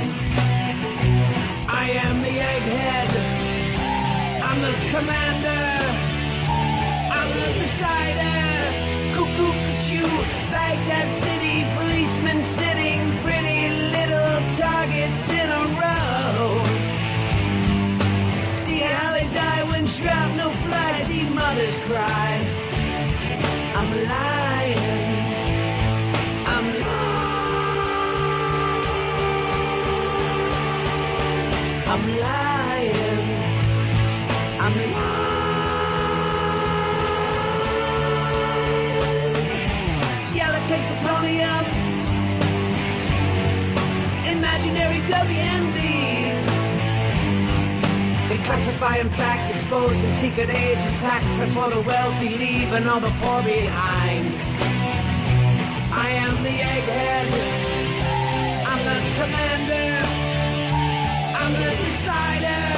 Cuckoo, cuckoo. I'm the decider, and I decide what is best, and what's best is for Don Rumsfeld to remain as the Secretary of Defense. Sitting in a White House garden, talking to the Lord. But my thoughts would be busy hatching if I only had a brain. I am the egghead. I'm the commander. I'm the decider. Cuckoo, cuckoo. We got different reputations. That's how I listen to all voices. Mine's the final decision. And Don Rumsfeld is doing a fine job. He's not only transforming the military, he's fighting a war on terror. He's helping fight a war on terror. I have strong confidence in Don Rumsfeld. I hear the voices, and I read the front page, and I know the speculation, but I'm the decider, and I decide what is best, and what's best is for Don Rumsfeld to remain as the Secretary of Defense.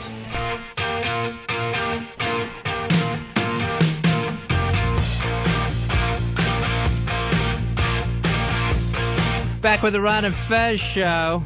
That song about Bush being the decider, I am the decider, that got emailed to us, courtesy of Paul Hip. Did Paul do the big tune? I think it might have been Paul's song. Tell Paul to tighten it up a little bit next time. We got the joke pretty early on. I don't know if you have to go that long. So what exactly happened with this decider? You have some audio there, Earl? Apparently, during a speech, the latest Bushism is he called himself a decider? Yeah, it was when he was being questioned by the press about if Donald Rumsfeld should go or not after those retired generals recommended that Donald Rumsfeld be replaced. All right, do we have that, Earl? I'm sorry, still looking for it. Okay. So he got really red-faced and flabbergasted while he was up against these questions. Got a little angry, huh? Yeah, and tried to look like he was in charge, tried to look decisive, and you got it, Earl? Yes, here it is. Mr. President, you've made it a practice of not commenting on potential personnel moves. Of course I did. Calling in speculation. And you can understand why. Because we got people's reputations at stake. And on Friday, I stood up and said, I don't appreciate the speculation about Don Rumsfeld. He's doing a fine job. I strongly support him. But what do you say to critics who believe that you're ignoring the advice of retired generals, military commanders, who say that there needs to be a change? I say I listen to all voices, but mine's the final decision. And Don Rumsfeld is doing a fine job. He's not only transforming the military, he's fighting a war on terror. He's helping us fight a war on terror. I have strong confidence in Don Rumsfeld. I hear the voices, and I read the front page, and I know the speculation, but I'm the decider, and I decide what is best, and what's best is for Don Rumsfeld to remain as the Secretary of Defense. So he doesn't like it when someone's questioning his deciding. Hey, he's the decider. He'll work it out and he'll carry on. He's the decider. He wasn't sure. He thought he might have used the wrong word there, and he asked the staff, was I supposed to say decisioner? Because I got it a little confused there.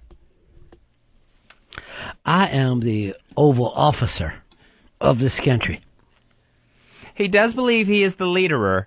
So you gotta, when he gets that upset and that red face. I am the bosser of the United States of America. You're not the bosser of me. He recognizes, he wants everyone to know he was the war-goer tour. And so, he's the decider of these decisioners. Sure, it's gotta be done. He's rocking this thing. He's the Iraqi liberator, the commander-in-chiefer. 866 Ron Zero Fez, 866 Ron Zero Fez. Always something for the big guy lately, huh, Fez? Oh yeah, not a peaceful day's sleep, not on that job whatsoever. If it's not rummy, it's something else. Then Scott McClellan quit as White House press secretary. He's the decider. He's got to make this thing happen. It's up to him. I guess he's the hirer and the firer. That's his job. No one said it was going to be easy. As the president. Commander-in-chiefer. He's the commander-in-chiefer now. And he's hoping to get us through this war and be the mission accomplisher. I hope so. I pray. I pray for him, Fez. That would make you the prayerer. I pray for the Texaner. I want the Texaner to come out on top. I really do. He knows that Rummy's helping on the war on terror. At one point he said that Rummy was fighting the entire war on terror like himself. Rambo. This fucking guy every day is out there slogging it out, taking on terrorists. And he's being a terrorist catcherer. Which is great. It really is. Hey, Josh, you're on Ron and Fez. Hey, I just wanted to ask Black Girl, what would Al Sharpton do in this situation? What would Al Sharpton do, Earl? How would he be able to deal? The good preacherer. He would probably call a protest. It'd probably be outrage. You can't protest yourself. That's the problem. No, if he ever does get power, then he'll have to stop protesting. No, but I mean, he'll have a protest against the person who asked the question. It's like, that was a racist question. That was He loves marching, doesn't he? He loves the march. He's a marcher. He's a marcher. Would he only take questions from BET? And that new network, what is that? There's one called TV One on Time Warner that it's like all positive black channel. Yeah. Like it won't show like booty calls starring Jamie See, Foxx. I have a problem with that. I don't want to watch that black poetry. God, poetry. I am proud of my heritage. I am proud. Everybody has the same cadence. I can't watch 5 minutes. I stand tall. I refuse to look down. Jeez, rhyme something. Ryan, you're on Ron and Fez. Hey, buddy. Yeah. Al Sharpton would be the HNICer. See ya. Say it. Now, on that TV One, Earl, they must, since it's all positive stuff, they're probably running the re-edited version of that McDonald's commercial that got pulled. What happened there? They had a McDonald's commercial. It's two brothers sitting down and they're talking about the new... Do you still call black people brothers? Oh, yeah. I didn't know. Just to set the stage on it. And so they're sitting down at McDonald's, and I guess there's a new deal with the dollar menu where you can get stuff for free. So they're talking about it, and every time these two guys say free, it gets bleeped out, like they're saying the word fuck. So what happened was, this thing... Oh, they're doing a Jimmy Kimmel bit. Right. Where they're bleeping for no reason. So this thing gets called politically incorrect, that it paints young urban black men as foul-mouthed, and so this thing is now running no bleeps, and they've totally changed their catchphrase on it. All right, let's take a listen. What do we have, the bleep version first? Yeah, we had the bleep version. All right, let's take a listen to that first. Ooh, looks good, man. Yeah. And I got it for what? At McDonald's, I got a premium chicken extra value meal and got anything off the dollar menu. Come on, man. McNuggets, sundaes, apple pie. With a premium chicken extra value meal. And you can get it for It's a deal so good, it's obscene. It doesn't make sense because it would be like I got it for fuck. It doesn't even make sense at all. Grammatically, it doesn't fit with the bleeps. Yeah. Now, with the new one, they just let the word free in there and changed the catchphrase at the end of, can you believe it? They should have changed the catchphrase until we didn't mean to offend you. We thought you would take a joke. We had no idea everybody would get upset about a bleep. So, I had no idea that thing was considered racist. Or that it stereotyped young black men. Well, McDonald's does. Who else eats there? That's the same with the Burger King. It's all urban-oriented now. Any of the commercials. 76-year-old man in Florida, he's been arrested. He was going door to door, passing himself off as a doctor and offering free breast exams to women. I find it adorable. I think that, like with little kids, you have to learn to love the old people. And just know that they're going to be nutty. So he was taken into custody. His picture, I saw it online. He looks just like the guy who played Seinfeld's dad, Barney Seinfeld. And what they got him on was, I think, that two ladies fell for it. And he actually got to grab a few breasts. Were they old, too? I don't know what their ages were. I mean, anyone who isn't old and retarded, who lets an old man feel him up because he says he's a door-to-door doctor, deserves it. So just door-to-door mammograms going on in Florida. It's nice to see the elderly doing something with their time. I just find it adorable. He's all the way back to playing doctor, like when he was 4. Well, at least it wasn't gynecological exams. He's just grabbing some teat for himself. Now, Americans are interested in science and news and information more than is commonly thought. That's according to a new study. They just don't talk to other people about it. Right. Science is cool, man.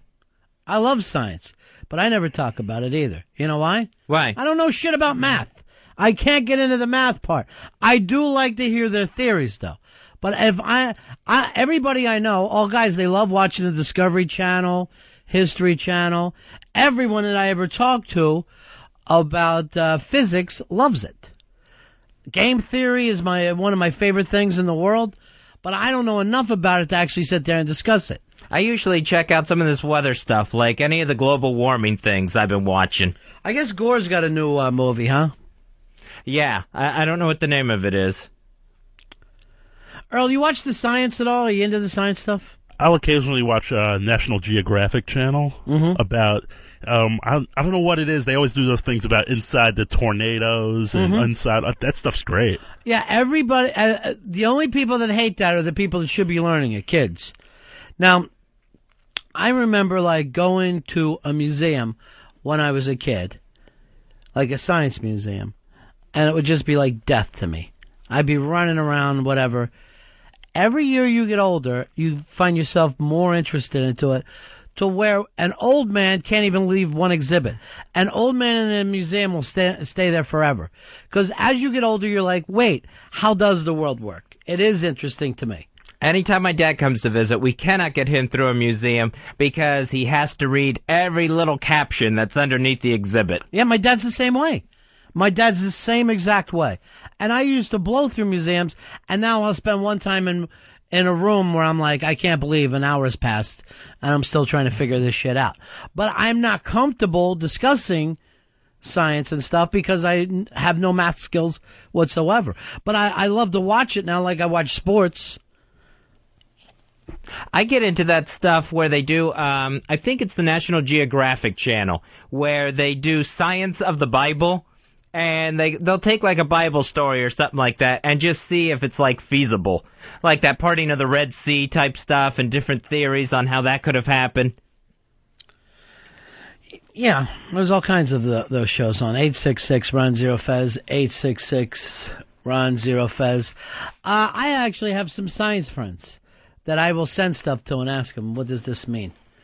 Here is Paul. Paul, you're on the Ron and Fez show. How you doing, buddy? Not too bad. How are you doing? Good. I'm a meteorologist here, and I heard you guys talking science and weather. If there's any questions, I can try to answer them for you. Yes, where do clouds come from? Where's heaven? Is it on top of the clouds? Well, you know, weather has become a sport. Basically, if you watch the Weather Channel now, they'll run gimmicks like when weather turns bad and... As more of a scientist, I don't watch Weather Channel because it's more sensationalized weather. Right. So I'm more into the actual, crunching of the data aspect of it. Now, this always is interesting to me. They say this year they can already tell there's going to be a lot of hurricanes, right?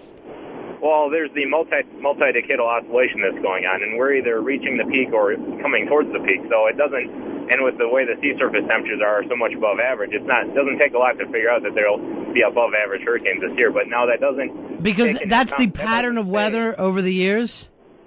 Pardon? It's because of the pattern of weather over the... Well, there's a 30-year oscillation. We'll go through like a lot of hurricanes and then not so many hurricanes, more hurricanes, not so many hurricanes. Right. That goes over about 30 years, and right now we're reaching one of the peaks where there's more hurricanes. So it doesn't take a lot to figure out that there's going to be more hurricanes this year, but that's not a forecast that's saying that more are going to hit the Gulf Coast. That's not what the forecast is saying at all. But isn't that bizarre when you think about it, like that thing is on a numbered pattern? That it rolls over and over? Not at all. If you study the atmosphere, there's a lot of large oscillations that take place anywhere from a time span of just a few years to upwards of 100 years. So if we learn how these oscillations are going and how they interact with one another, we can learn a lot more about the large-scale weather patterns. That's just bizarre to me. It's like a human body, like it's just pumping in a certain direction and then something goes wrong with it or something. Exactly. You have the constructive, destructive interference going on with different things. So I didn't know that one either. That's why I don't like to talk about science, because I could say something like that. All right, thanks a lot, Paul. 866-RON-0-FEZ, 866-RON-0-FEZ. Just so you know, you said to the scientist, well, it's like a human body. It starts pumping, and then something can go wrong with it. You tried to bring it back to your heart attack, but no one knows what you meant. Yeah, that was bad. Chris, you're on Ron and Fez. Hey, the meteorologist is already gone? Yeah, we got rid of him. Yeah, I wanted to ask about this hurricane that's forming in the middle of the Midwest. I didn't even hear about this. Have you, Fez? I haven't heard this one. Yeah. There's some low pressure system. They're talking about hurricane force winds out in somewhere in the Midwest. They showed a picture of it on some college website, like a scientific department. It showed like a whole hurricane over like the upper 1/3 of the Midwest. That's how Day After Tomorrow gets started. I know. Al Gore is screaming at the top of his monotone voice that we need to stop and take a look at this. But it's hard to take him serious. The name of his film is An Inconvenient Truth. When is this due out, Earl? I believe in June. Why don't you try to book Al Gore on this show? We won't bring up about the big upset against him, and we'll only talk about global warming. Do you worry about global warming or no, Fez? Yeah, I totally do. Yeah. Yeah, being in Manhattan, where it'd be underwater if we had global warming. But again, not during your lifetime. It's not going to happen tomorrow. Still, it seems like it's like what I worry about is when they talk about that tipping point, where it's like, oh my gosh, now we can't stop this because we didn't do anything about it. Fezzy, you gotta see this. The Earth is like a human body pumping till something goes wrong. Something is going wrong. You can feel it. Chris, you're on Ron and Fez.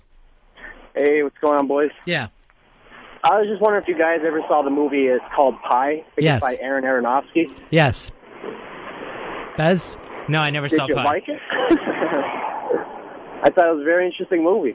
Yeah, I mean, it is the whole thing about numbers, and if you have any belief in God whatsoever, you know that that is the only universal language, that he has to be speaking in physics, and everything is laid out there.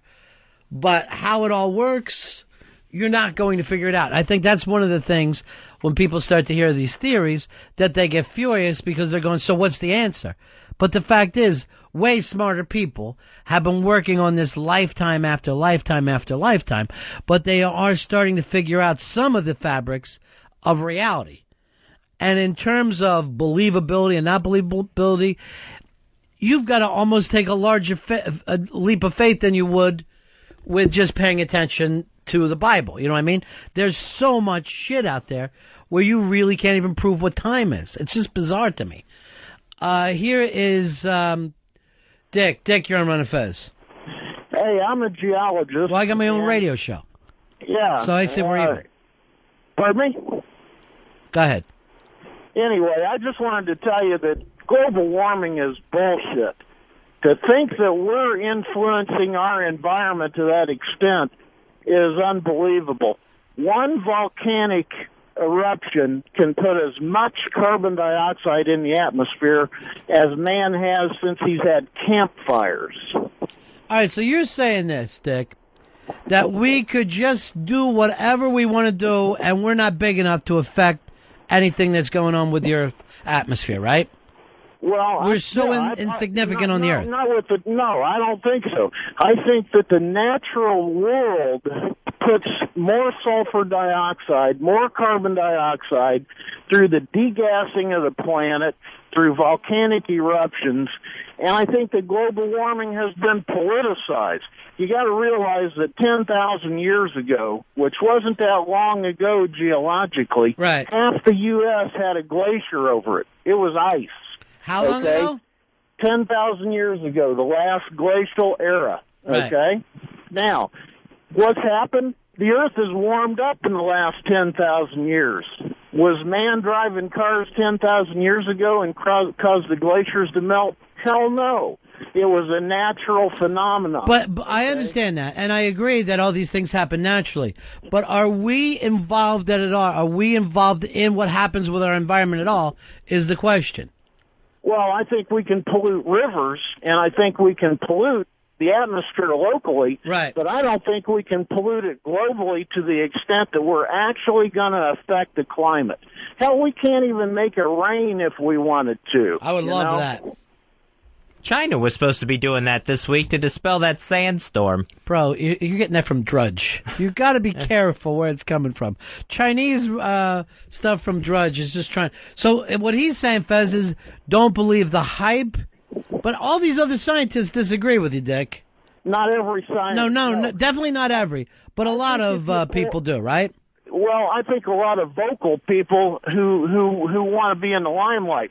But I think if you polled geologists, and I read, my professional society, the American Association of Petroleum Geologists, is lobbying Congress right now and telling them that global warming is bullshit. First of all, we don't have enough data to say it. And second of all, it ignores the fact that the Earth can heat up on its own, okay, or it can get cold. Right. Hey, I love you guys. You got a great show. Thanks, brother. Talk to you later. 866-RON-0-FEZ, 866-RON-0-FEZ. I have no idea how it works, and I do believe that everything gets politicized. But I also agree what he said is we have fucked up rivers. We have fucked up the ocean. You know it's not as good as when you were younger. You know that we can overfish things, that we've opened up sewers. I mean, at one time, let's say before World War II, the Delaware River was one of the most beautiful places in the whole world. And then before World War II, when everything, after World War II, where we just kicked up all the industry, we're fighting a war, we destroyed it. It's taken 50 years and it's back a little bit. You know what I mean? But we did something really quick. And for me to think that we couldn't fuck with the atmosphere, I don't know. I just think on a big enough scale, you'd have to. It just seems like the daily use of cars and factories and anything else that has the bad emissions, and it's used every single day. That's got to take a toll. But what he's saying is, Fez, is this shit could switch on you anyway. That you see this Earth as being this big place that just because the way you've seen the world over your lifetime is the natural way of being. That's not true. It's just absolutely not true. Here is Warren. Warren, you're on Ron and Fez. Hey, what's up, Ronnie? Yeah.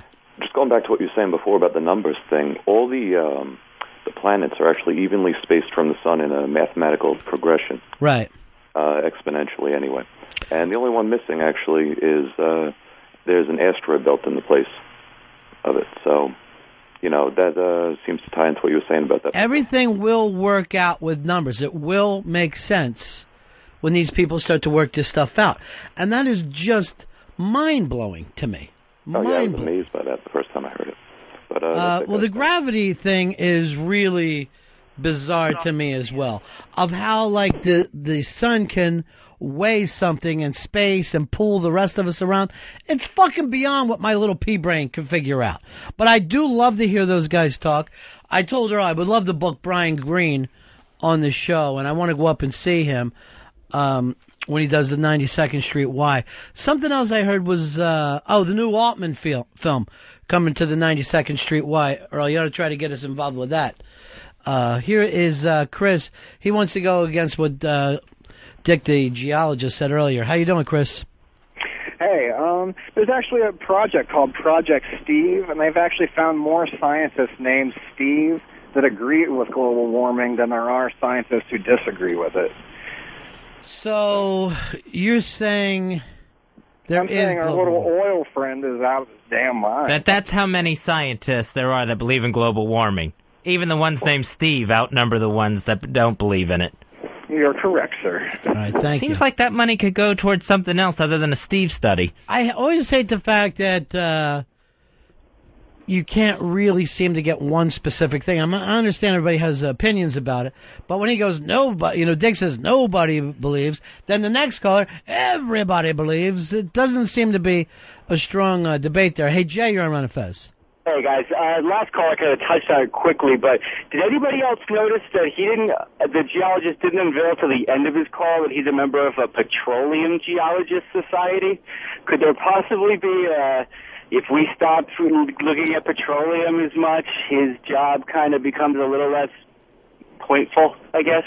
All right, thank you very much. This was in that movie, Thank You for Smoking, where some of these scientific things are booked by the people, by large corporations, and they will hire people with the intensive purposes of figuring out something for their agenda. Where in the smoking film, for 30 years, these guys could not connect smoking with cancer, with lung cancer. And when other doctors and scientists would bring it up, they would go, well, what about this group over here? This group of scientists. And if you say scientists to anybody, they'll go, oh, he's a scientist. So it's totally official. Right. Just, they'll kind of believe it. Here is David. David, you're on Ron and Fez. Ron and Fez, how you doing? Yeah. Just commenting on what you were saying, Ron, about the Delaware River and everything. One of the basic laws of physics is the law of entropy. It takes less energy to create disorder than it does to create order. So we could, like the Delaware River, you're saying, with the war, we could have created that problem relatively quickly, but it's going to take longer to create order out of that. Right. It's like building a house. It takes a long time to build a house, but the right place, hitting the foundation could take it out in one fell swoop. And, it's not like any of this stuff that we're talking about is new. I mean, this stuff has been talked about for a long, long time. And if anything, we've gotten worse. And I'm not talking about blaming the fucking government. I mean Americans feeling like that they need SUVs, feeling like they need to move farther and farther away from cities and, this suburban sprawl that's took place over our lifetime. We can only blame it on ourselves. You cannot sit there and keep blaming politicians for it time and time again. We're the selfish ones. Yeah, with the cars, I mean, there used to be big-ass Cadillacs and Oldsmobiles and stuff. Then they started downsizing, like in the mid to late 80s. And now all of a sudden... Before that, in the 70s, they way downsized. That's when we were heading into Pintos and things along that way. And when Carter started to preach this thing at everybody, and literally an entire nation threw up in the man's face and called him pussy. And, we really want to have big. They brought in a guy who acted like you can have anything you want. We basically elected Ric Flair as our president. Woo! And everybody was happy for it. So it's not like each person isn't responsible for this shit. We all are. Here is Vinny. Vinny, you're on the Ron and Fez show. Hey, Vinny. Hey, what's happening, buddy? Yeah. Go ahead, pal. What a lot of people don't touch on, the guy, last call talked about global warming, but the oxygen levels in the world have dropped rapidly since, the early 20th century. And, years and years ago, you never heard of anybody having cancer. I mean, now everybody knows someone that has cancer. And all these diseases thrive in a non-oxygenated environment. There's other things as well. This whole anxiety thing that everybody has panic attacks, I've always thought that it's got something to do with the amount of electricity that we live around. I mean, think about this right now. 100 years ago, 150 years ago, people have never even had electricity. Now, every single one of us, it's just wrapped around. Everywhere you go, you're catching this buzz, this hum. Is that somehow attacking our central nervous system? It's got to be weirding us out. But I don't remember reading about old George Washington would get the fear for no reason. He would have a fight or flight thing and have to go running out of the fucking meetings. But now everyone they either talk to you about their depression or they talk to you about their anxiety, and it's treated as normal. It's fucking treated as normal. So what do? We get more drugs to try to work on our brain chemistry. That makes sense. Where the pharmaceutical companies are just fucking outlandishly huge right now, and they will tell you, here, take this drug and change your brain fucking chemistry. And we're all doing it one after another without even the slightest fucking yellow light going off. Autism is another one that has just come on strong in the past 20 years. Just cases of autism diagnosed. So we didn't have a lot of that before, because this is news to me, what you're saying. Yeah, I think it was Robert Kennedy Jr. wrote a piece on this. I had no idea. Yeah, where it's because of, I think he was talking about pharmaceuticals, chemicals in the food, that sort of thing, preservatives, and just linked with a huge rise in autism diagnosis. Hey, Walter, you're on Ron and Fez. How are you? Hey, what's going on, Mr. B? Hey, buddy. How about the silent majority weighing in of, the world's going to get hot. One says it's not. You know what? I don't even give a shit. I'm going to go to my NASCAR races. I'm going to drive my big goddamn four-wheel drive truck. I'm going to smoke my fucking Marlboros. And I'm going to talk about a platform that matters. This has been going on for a bazillion years. And there's a whole bunch of us out there who just don't care. No, I agree with you there. I think most people do not care. But overall, Walter, do you have a family? Do you have kids? Yes, I do. At some point, you care about them, right? You love these kids. Oh, sure. You want them to live in a better world, right? Well, it's not going to get better. I say live your life. I want them to do what makes them happy. I don't want them to go out and dump, toxic waste shit in the rivers and stuff. No. But, I mean, if I'm not going to take it. I don't think it needs to be taken to an extreme of, go spend thousands of dollars on air purifiers in your house and stupid little cars that it all comes back around to, here we are back to giant Escalades, and now that gas is $5 zillion a gallon again, everybody's like, oh God, small cars that don't do this and don't do that, and it's just all it's all just a vicious circle. It goes around and around. Well, I mean, at some point, and I agree with you that you get hit from all sides, but some point you say to yourself, these are our times, and we want to leave the world. We want to leave a better world for our kids, right? Well, sure. You know, that is the point. Now, whether all these scientists or Gore is right or whatever, I don't know at that point. But at some point, I think as Americans, we got to say to ourselves, we want to be one of the fucking great societies of all time. And no one ever talks about that anymore. But we were talking about everybody likes to read history. What do you like to read about? You like to read about Athens. You like to read about the Egyptians. You like to read about Rome, the early days before they acted like, hey, I don't give a shit. I'm just going to worry about getting my nut off and eating what I want, you know? If this is the short time that you have on Earth, you would really like to fucking people to look back and go, that was the turning point. That was the tipping point, if you will, that Fez brought up earlier, of when things started to get cool. I think we have the ability to pull that off, Walter, to leave a better fucking world. I think we do, too. I think maybe pool of resources instead of drawing a line in the sand and saying you're either on this side or you're not. Well, okay, we got a bunch of brilliant guys on one side and a bunch of brilliant guys, which obviously, you know, I'm no rocket scientist at all. Right. But, I mean, there's got to be a better way, something going on somewhere, somehow. I mean, and I don't have the answer. I'm not going to pretend to have the answer. And I agree with you, Walter. I do try to do my small part. You know, I mean, I got low emission vehicles and stuff like that, and I don't drive my 4-wheel drive gas guzzling truck to work every day. I mean, I've bought into that hype of it just like everybody else has. Right. But I mean, you know, why don't instead of you know, you got this political group on this side with a bunch of brilliant guys saying no, no, no, and a bunch of guys on the other side going yes, yes, yes.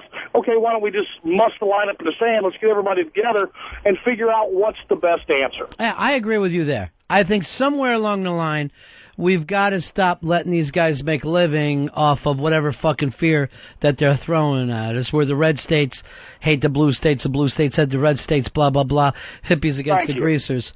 And somewhere along the line, I would like us to pull together and go, if this shit is fucking up, what is the right way to do it? Because I think if people thought it was benefiting their kids, they would change their lifestyle now. I mean, all of us would rather spend money on our kids than ourselves. That's the whole point. All right, talk to you later, buddy. Okay, thanks. And I think at some point, we've got to get to that. And again, going back to blame us, if we don't get the answer right away, if we can't pick up the actual answer in a 30-minute fucking TV show, we lose interest. Nobody wants to hold on to this thing like a pit bull. It's not a day-to-day concern. It's something that, you know, if you see it like in a movie or a documentary, something like that, you get concerned about it. Earth Day's coming up, I think, next week. So it's just, people don't think about it day to day. Well, everybody's got their own shit they like to do. I like to do my own shit, too. But somewhere along the line, we got to pull this thing together. Earl, what's your feeling? Are they bullshitting us, or is there really global warming coming? I definitely think there's global warming. I've read a couple of things. I read this new Vanity Fair it's all environmental. Time Magazine just did a piece on the environment, and they just showed like before and after pictures of things that were flatlands, and now they have water on it, and something is going on, and I think it's doable. I remember in the 70s where they used to show the birds and the ducks covered with oil and everything. But see, here's the thing, or I go over in your neighborhood when I say oil drums, so the guys warming their hands over it. So somewhere you're not living it right. That can't be good for the atmosphere. Kurt, you're on Ron and Fez. Hey guys, how you doing? Yeah. You know, there's a show on HBO, Penn and Teller. Yeah. And, bullshit. Yeah, bullshit. And it's a great show. And they actually had a thing a couple of weeks ago on global warming. And, you know, they had all these different scientists. And, you know, basically they're saying it's all up to the sensationalists that are saying one thing. And, I mean, when in fact, we've only got documentation to prove anything going back not even 100 years. Now, I work outside and I live down in Florida. And, yeah, it's hot as hell outside. But, you know, whenever you go into a room, if there's one person in there and the AC is down on 50, more people that start piling in that room, the AC still says it's 50 degrees, but because of the body heat, it starts getting hotter and hotter. I mean, we've got more people on this planet than we've ever have every day, and, you know, all that kind of stuff just boils it down to where it is hotter, but at the same time, it's not because anything is changing on the planet. You know, Well, if you're saying it's because of more people, that is something we've done to the planet. I mean, the time of Christ, how many people lived on this planet? 2,000 years ago, and it was a matter of millions, right? Just millions living on the planet. Yeah. So it's amazing how like a fungus we are fucking growing all over this. And I understand what you say, Kurt. I know that you'd rather listen to a couple of jugglers than you would scientists. But no, I personally, I mean, I sat there. I was very intrigued by the show. I'm like you, man. I'm dumb as a box of rocks when it comes to this whole science and all that crap. But man, I love to listen to it, and I love to watch the programs. And I really felt like I learned a lot. And I mean, they had the guy that started Greenpeace, and he actually left Greenpeace because it was turning into such a political agenda. yeah, it is tough to get involved in any of this stuff without turning into politics. It really is. And I'm not just blaming it on our system of politics. I mean, wherever you go with people, it becomes that, I got to have my back scratched before I do the right thing. It's just a fucking difficult deal all the way around. Let's take a break here. We'll be back. 866-RUN-0-FEZ. 866-RUN-0-FEZ.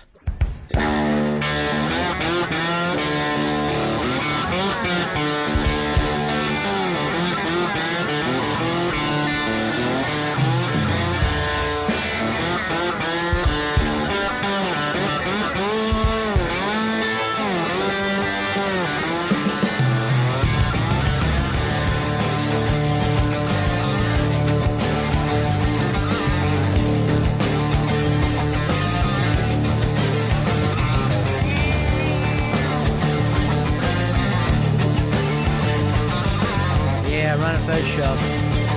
420, y'all. A week from tonight, it's the FDNY Comedy Benefit. That's coming up at the Queensborough College on April 27th. Colin Quinn's going to be headlining there. Tickets are $25, and all money's going to the Thomas Lasser Scholarship Fund. That's for widows and children of FDNY members who died outside the line of duty. Now, for more information on that, you can go to bravestnightofcomedy.com. Bravestnightofcomedy.com. Hey, Fez, remember I showed you guys yesterday that rape prevention shirt? Yeah. Pulled. Censored, if you will. Really? And there was complaints about it at Cafe Press. So they had to pull the shirt. And I think they brought back some kind of Harry Pants shirt. But I can understand where they were coming from. That was a very obnoxious, horrible shirt. Well, the logo alone was pretty imposing. Yeah, it was. Just a woman in distress from a masked assailant. Here is Ed. Ed, you're on the Ron and Fez show. How you doing, buddy? Good, guys. Good. Love your show. I'm glad to hear you again. I'm down in Florida, and Thanks, pal. I miss Ron and Ron, so Ron and Fez is even better. Thanks. I just had a comment on Fez's talking about autism. We have a son with autism, 11-year-old, and we've found out that it is a lot with preservatives and different things in food. Everything he eats is natural. He has no dairy and no wheat in his diet, and this was from a study in the University of Florida, and he went from not speaking, because with autism a lot of kids don't speak, just completely a shell of a child. He went to an average 11-year-old now in regular school. It's amazing and it's finally, the only reason you're seeing it in the news today, he's been 10 years diagnosed with it, and the only reason you're seeing it in the news today is people like the CEO of GE and NBC's grandson was diagnosed last year. And ever since he got diagnosed, now you see it everywhere. Now, and what Fez was saying that there's much more autism in the last 20 years than there's been before? When my son was diagnosed, it was 1 in 5,000 kids. Mm-hmm. Now it's 1 in 166. Wait a minute. Out of every 166 kids born.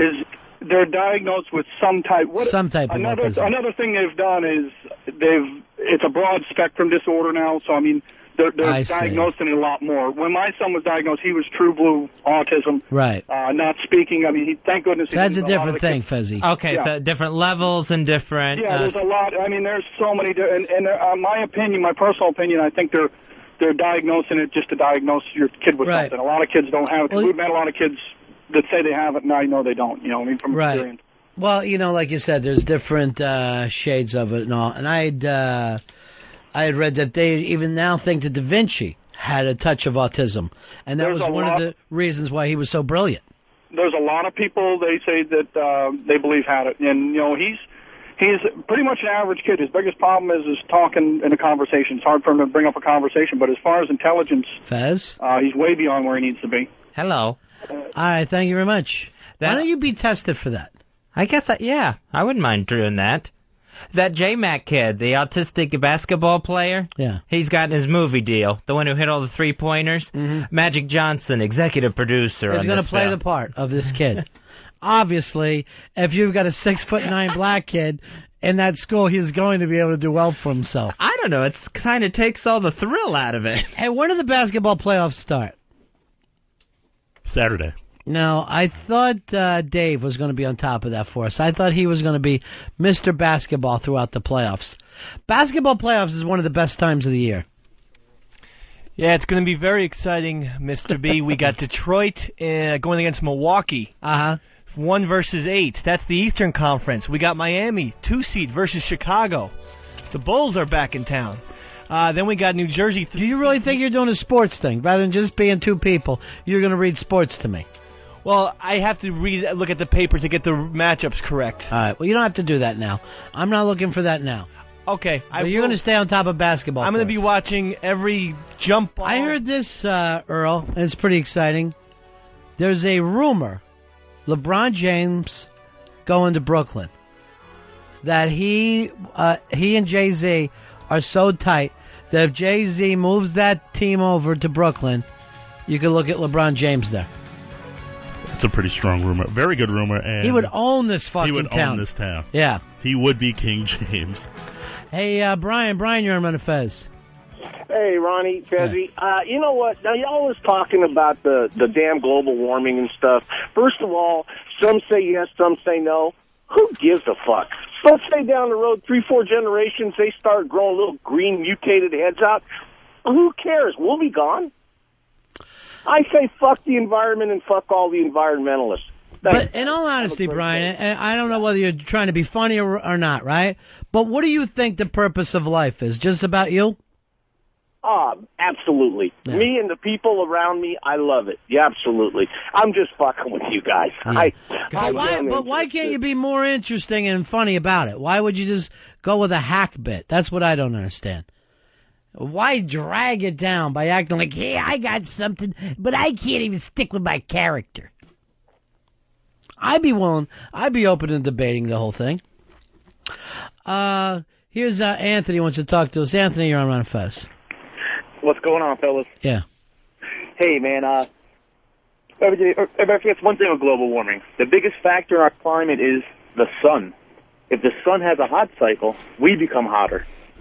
Everybody forgets about the sun in the environment. I don't forget about the sun. That fucker burns every day.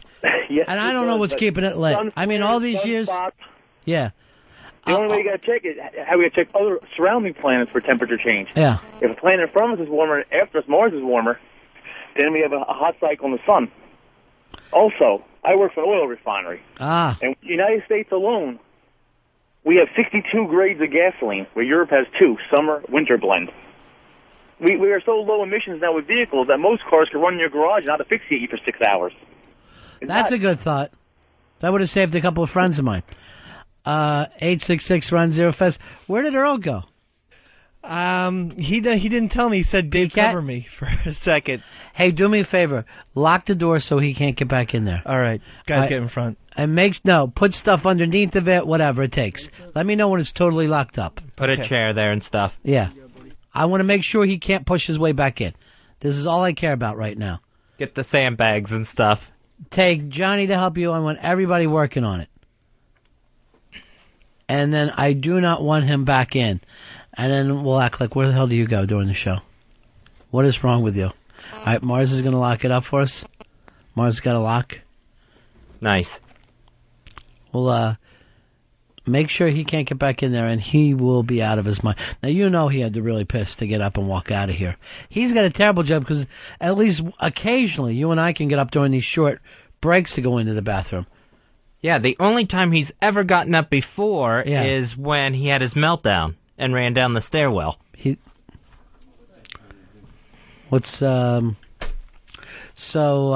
is, all right, has he gotten back in? No, he's looking very inquisitively and Bronx Johnny, Lil John, and I are laughing. Yeah. Did you let him back in or no? No, I'm not. He's out.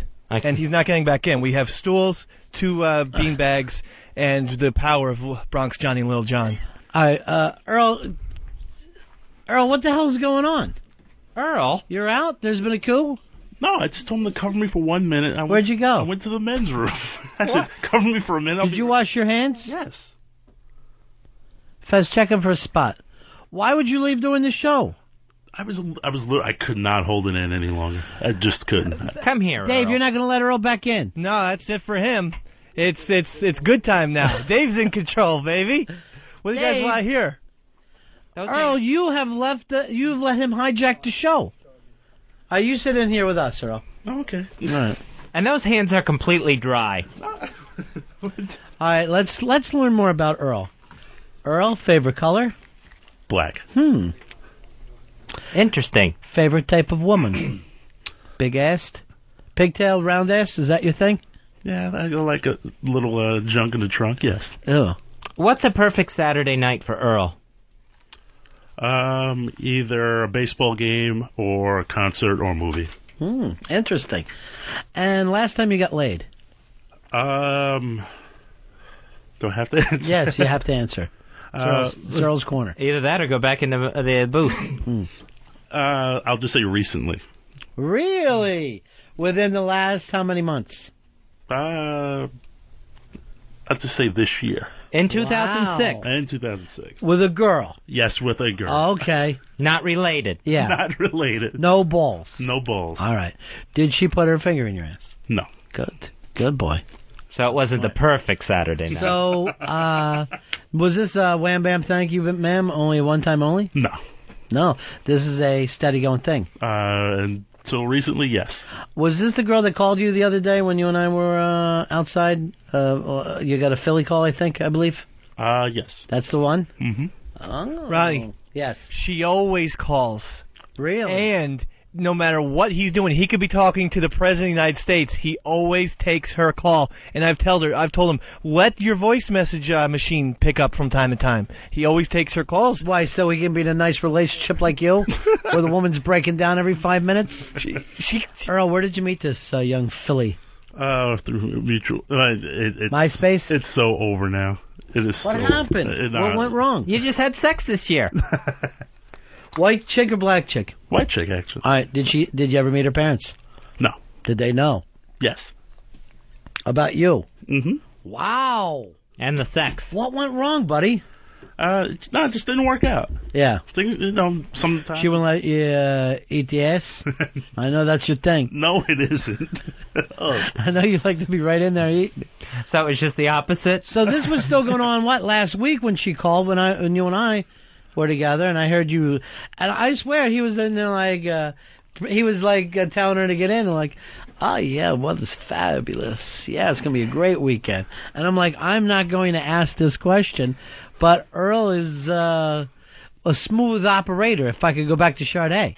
How smooth? What went wrong? Nah, just different people. We just found out that we were really just going black and white races, going in completely different directions. Different people, different races. I like this room. Yeah, it's nice in here, isn't it? It's nice. Yeah. It's a little cooler too. I think. You take Fez's. Take Fez's chair. Fez, you move over here. We'll keep moving things around until everybody feels comfortable, and then finally I'll bring Bronx Johnny in here, and then I'll run the phones, and everybody will have their opportunity. What is that playing for? It's Smooth Operator. I thought it was Kokomo. Why blast it? Because it's Ready, Shoot, Aim, and McDonald. He calls him Ready, Shoot, Aim because this fucking kid, this Eastside Dave, shoots off his mouth so much, and then Earl, it's up to you to try to go back to the bosses and clean it all up. And I gotta wipe the mess up. I mean, no, he's eager. Yeah. He's definitely passionate. There's no questioning that. Yeah. But every once in a while, I gotta tell him, sometimes you gotta think before you move. But there's no gatekeeping. It just goes right out the mouth. Do you think that he's better or worse than Harry for you to work with personally? Definitely better. I mean, just the passion's there. Right. Definitely more passionate. I love how he had to hesitate But then it says definite. You know, it's either a quick definite or a hesitation. But there you go. You're like, I just went to catch my breath for a second, and all of a sudden I'm knocking you. Right, and now it's a problem. Well, spit it out, for crying out loud. But don't even be that way. You're getting something positive, Dave. You're right. Yeah. I gotta be more like the smooth operator. Here is Dennis. Dennis, you're on Ron and Fez. Hey, I just want to know if Earl likes to eat the pussy or not. That's a great question. We're going to finish up the show with Earl's Corner, our own Earl Douglas. Earl, we know some of the reputation of some of the brothers that they do not enjoy getting in there. What about you? I'm generally no. Would you just get up next to it? Just to get a whiff of it? No. Will you go for sushi? Actually, I don't eat sushi, no. See, that's the problem. Start with sushi. It's fresh. Baby steps. 866-RON-0-FEZ. 866-RON-0-FEZ. Dave, do you have a problem in the oral thing? I don't mind doing it, but I do have to have a few 4 or 5 cocktails or so. So it's not even pleasurable for you? No, I do enjoy it. Just after kind of have a buzz on and I'm drunk. We're talking about giving.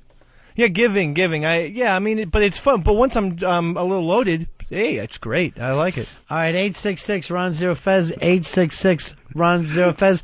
I can't wait to bring that up to your chick that you got to have a six-pack in you before you'll go chin deep. Please don't. Yeah. The tears. That's when it gets nauseous. Does everything center around booze with Dave? It does, like every Irish guy. And I'll tell you this right now. Every time I talk to his chick now, she's crying. Every single time I talk to this woman. Earl will answer any question that you have about his life, anything else. 866-RON-0-FEZ, 866-RON-0-FEZ. Earl, I'll start this off here. You enjoying XM? I love XM. Is this your favorite part of your whole career? Yes, definitely. Now, I know there was a long time that you were wondering, can I make it outside of that one building that I worked in for so many years? Are you over that now, or do you still miss that lifestyle a little bit? No, don't miss it at all. Yeah. I mean, I loved it there. Yeah. I was there for 16 years. Right. But do you ever think to yourself, I'd like to do both? Yeah, Seems like that opportunity comes up more and more lately. Here is Richard. Richard, you're on Earl's Corner. What can we do for you? Hey, Earl, were you guys so close that if East Side Dave wanted to have sex with her, would that be a problem with you? Or? Oh, with his girlfriend. With his girl, my bad. Now that you've broken up with her, if East Side wanted to go out with her, would that be a problem for you, Earl, or could you deal with it? No, she could do whatever she wants, and Dave could do whatever he wants. Yes. I don't know about West Side, but... Yeah. Yeehaw. Well, remember, Dave has to be drunk first. It's the only way Dave can do anything. I'll talk to your lady nicely. And what I'll do, unlike you, Big Papa, is I'll hang up on her from time to time, because he was always answering her calls. Oh, I've done that. Oh, we've had some pretty bad fights. Well, did you ever call her white bitch at any point? No. Shut your white mouth before I shut it for you. She never used any slurs, did she, Earl? She dropped the M-bomb? No, not at all. What was the worst fight about? It was based around, like, I just felt like at times she wouldn't listen to me. I'm sorry, what? Here's Danny. Danny, you're on Earl's Corner. Yeah, Earl, listen, I just wanted to know, when you shave your balls, do you do it with your thumb in your ass? That's an interesting... Earl shaved the balls? No. I thought you were clean shelf all the way around. No. All right, so there you have it. Earl is natural. He loves it that way and can't get enough of it. It's Earl's Corner. Earl's Corner is how we do the show here today. Here's Dave. Dave, you're on Ron and Fez. Yeah, Earl, I'd like to know how old were you and where did you lose your virginity? Interesting question. Earl, were you a late bloomer or did you take it early? Late. Yeah? How old? 21. Wow, 21? Yeah. And where were you? This is the conference room. Oh, at NEW? The old NEW. Yeah. Yes. So with who? An intern? No, a friend of mine. Cheryl Miller. Guy? No. Not Carol Miller. Did Muni have to be drunk like Eastside Dave does? No. I want to tell you right now, just so everyone knows, that more people got fucked in that conference room. And I'll just put it out there. There ought to be a plaque up there. Chad, you're on Ron and Fez. Hey, yeah, I just want to know if what's Earl's most embarrassing sexual moment. Earl, what is your most embarrassing sexual moment? Do you have one that really still makes you cringe? She had her period while we were having sex. Uh-huh. Yes. And that was embarrassing how? That was, it was like... I think of it as a lubricant. That's me, though. I know I'm not the neat freak that you are. It was right in the middle of it. Yeah. She's like, hold it, wait a minute. No, it was a geyser. Yeah, and then you were done with it? I was just like, oh my God, this is weird. I say, look, run across bridge of the nose, down the cheek, and you're playing Apache. You're playing Apache and you keep on going. So what's black and white and red all over? Ouch. Here is Jeremy, you're on Ron and Fez. It's Earl's Ronnie, Corner. Ask him whatever you want. Hey, Black Earl, got a question for you. Pussy tastes like collard greens. You'd definitely go down on it, wouldn't you? Probably not, because collard greens gives me the runs now. I can't eat them anymore. Same as pussy. Here's Candyman. Candyman, you're on Earl's Corner. Hey, Earl, I want to know if you have you ever done anal sex? No. Now, it's very interesting that we get to ask Earl anything, and it seems like 90% of the questions, Earl, people are excited to learn about your sexual life. I have no reason why. You like being in here, don't you? I just the different energy in this room. I love it in here. Yeah, it's an actual energy. Other than like that void you have in there that just sucks everything dry. Cody, it's the Earl's Corner. Ask him anything you like. Hey, buddy. Yeah, buddy. Two-part question. Mm-hmm. Earl, in my professional opinion, which is nothing, all black people in the past 20 years have modeled themselves after a black sitcom character. Which one would you be? And if you say that you haven't, what is the greatest black sitcom of all time? All right, so if you could be any black sitcom character, Earl, who would it be? Sitcom character would probably be... probably Theo from The Cosby Show. Sure.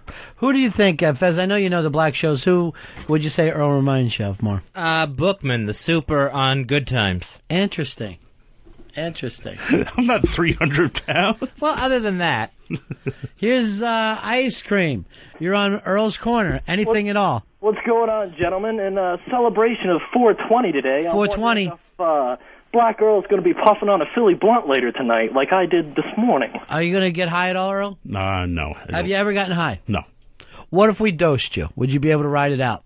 Probably not. I would freak out. Yeah. I would totally freak out. I love that, though. I love just to see it. Because my best day here is the day you ran down the hall when you were so mad at Opie and Anthony, where you actually ran out of here and you threw your headphones. That was Earl, to me, the Earl that people love. No, it's just, when I'm angry, I'm just completely irrational. I know, it's great. It's the best. We got to be due for that, Earl. Well, you got to push. Yeah. It doesn't happen right away with him. It's a long, slow drip, Chinese water torture that he'll finally snap, and then everybody's like, hey, Earl, where did that come from? When everyone really knows it takes a long time to get him there. 866-RON-0-FEZ. 866-RON-0-FEZ. Here is Luke. Luke, you're on Earl's Corner. How are you, buddy? Hey, guys. Hey, Earl. Yo. Hey, I just wanted to ask Earl, what ethnicity was his best lay? Out of all the women you've been with, Earl, what would you say? Italian girl? Black Chinese? Chick. Black chick? Yeah. Easy. Was she wild? Oh, yeah. Plus size? No. What made her so special? Everything. Finger in your can? She was willing to do it? Go the extra mile? No, not that at all. Earl will talk about anything, and it doesn't have to be just sexual stuff. Ladies and gentlemen, Earl will talk about music, art, history, theater. He knows it all. He's willing to talk about black rock groups. Yet for some reason, people most interested in Earl's sex. Here is Life Hack. You're on Ron and Fez. Hey, boys, how you doing? Yeah. Hey, Earl, I'm not going to ask a sexual question. Earl, how big's your cock, buddy? How big is it, Earl? Have you ever put the measurement to it? You ever laid a rule across it? No, not at all. Yeah. But, no one's complained. No one's complained. Oh. Wow. Who would, though? I'd like to file a complaint. No woman's going to out. Your cock is so small. Is it in? It's tiny. So you're pretty proud of it, huh? Yeah. You love showing it off? I don't show it off, but I'm pretty proud of it. Here's TJ. You're on Ron and Fez. Buddy. Roberto. If there's a fire, who do you save, Ron or Fez? Finally, a question I'm interested in the answer. Although, Fez, I saw you go up on the end of your seat when that how big's your cock question came up. There's a fire, Earl. You, of course, can only get to one of us. Either one of us that you get to will survive. Do you save Ron or Fez? Oh, wow. Oh, God, what a loaded question. Yeah, there's no way. You can't save us both. That's impossible. You could save either one of us. What criteria would you use it of? Oh, which person, what they've done with their life or the way they've treated you personally? Oh, little John's in here with a tape measure and he wants it. No, you fucking Mo. Get out of here. You sissy Mo. There'll never be a show that we're going to start measuring each other's dicks. It ain't going to happen. Here's my ready, shoot, aim crew. All right, Earl, the fire's crackling. You got 3 seconds. 3, 2, 1. Who do you save? Ron. Okay, great answer. Why Now, Ron? What happens here? There's a fire. Do you save Fez or your lunch? Fez. Wait a minute, I didn't tell you what time it was. It was one of those turkey sandwiches that you love so much. Really moist. I'm just above lunch. Here is Chopper. You're on Earl's Corner. Any question at all you want to ask Earl? Well, actually, I'd like to ask Earl a Black Rock Coalition question. Finally. Having watched it die several painful deaths, does he feel in his heart and soul that there's any chance of a resurrection in the near future? Yes, very much so. Anybody who's been on any of the websites lately has seen the Wall Street Journal, knows that, or the New York Post, knows that the big radio rumor going around right now is, will the Black Rock Coalition make some kind of announcement in the next couple of days? I think Earl's going to blow people away. It's the hottest rumor on the web. It really is. 866-RON-0-FEZ. 866-RON-0-FEZ. Black Earl is in here. Fez, I'll ask you a question. All right. How well do you think Earl is doing for us? I think Earl is doing great for us. Yeah. I think he's doing A work. A+ work, huh? Yeah. Wow. Yep. Letter grade A work. Do you think that he is the best producer we've ever had now? Yes. I think he is, he is right up the ranks. Earl, you've done that in a very short amount of time. Thank you, Fez. I mean, this is and by the way, Earl, Fez, it's too late for you to get safe from that fire. You are going to burn. I'm already out on the street splitting a sandwich with Earl. And Earl, you really did the right thing. Because I enjoy my life and Fezzy doesn't enjoy his. He's better off ending this thing now. But in a fire? I think that if I told you how many times me and my chick have had discussions about you where we've said it would be better if he was dead. And I'm not saying that in a mean way, but just the fact that you can't seem to get your smile back, we have said it would have been better if that heart attack would have taken him time and time again. Here's Sam. Sam, you're on Ron and Fez. Hey, I've got a question, the producer's question. Sure. Does Black Girl think that if it was him and Eastside, who would win in an arm wrestling contest? I don't believe there's any contest of any kind that Dave could beat Earl in. The reason is Earl's always been varsity, and Earl wants it more. Yeah, I'm very competitive. Yeah. I'm extremely competitive. You know what you remind me of? Like when a Michael Jordan, when you find out later he was playing cards with kids and he fucking was drilling them instead of just relaxing. It's like you can't turn off your competitive nature. No, I can't. It's just the way I am. I mean, I've read stories about Jordan where he's playing ball with his kid now. Yeah. He's not letting up. Yeah. He does not let up at all. Well, his little girl, when she was 8, Jordan beat her 10-0 in a fucking game in the driveway. And I'm like, let her have a shot. He's like, can you believe what a game I had? He goes, I had 10 fucking points, 7 block shots, 3 steals. And I'm like, you're playing against your daughter, Mike. You're playing against your own daughter. It's not the place where you really need to go for the shutout. Yeah. Doesn't even seem fair. Here is Howard. Howard, you're on the Ron and Fez show. Earl's Corner. Yeah, I might say Earl is the master, and I never thought about having sex with Eastside because he's a pussy. Earl? there was no way on this great green earth I would ever have sex with Dave. Ever. What if it was to save your parents from a fire? No, I would not do it. Not at all. Big Earl and Mrs. Douglas would burn. I would say, I love you. I'm sorry, but I cannot. Keep in mind, I do use herbal essence. Yes, you've told us that many times. All right. Many times. We have something from your church, Earl, that I'd love to play for people. I don't know whether we have enough time. Do we have enough time before the end of the show? It should be on delete. I sent it to you, Dave. Okay. Oh, yes. No, that is about 6 minutes. We will play it tomorrow. Tomorrow. We got a preacher from Earl's church. Just amazing stuff, Fez. Oh, I'm very interested in this. I'm always interested in what goes on at other people's churches. Why don't you go to your own? That one, I know what they do. You haven't been there forever, have you? No, I haven't been to church in a long time. It's Earl's time. It's Earl's corner, not Fez's corner. Here is Jay. You're on Ron and Fez. Hey, Ron, Fezzy, Earl. Yes. Yeah, I was just curious how a black man grew up in NYC and speaks perfect diction, but didn't have a silver spoon in his mouth growing up. A very interesting thing, Earl. We noticed that you don't seem to have any kind of on-radio dialect. It's just, is it something you worked on? Well, yeah, I went to school, and I mean, it's just something. It's something you were taught, and again, I've been in radio for 16 years. You learn how to speak on the air. So Fez and I, we're terrible. We have the worst diction of anyone I've ever known. Here is Dave. Dave, you're on Ron and Fez. Hi, Earl. I really respect. I've listened to you guys for several weeks now since getting XM, but I wanted, what is your rationale in regards to why black rap is so angry? Earl, and I don't know if it all is anymore. At one time it was. Yeah, I mean, I think it's just a reflection of, these are street guys. Yeah. Essentially, they're describing what's going on in their lives, really.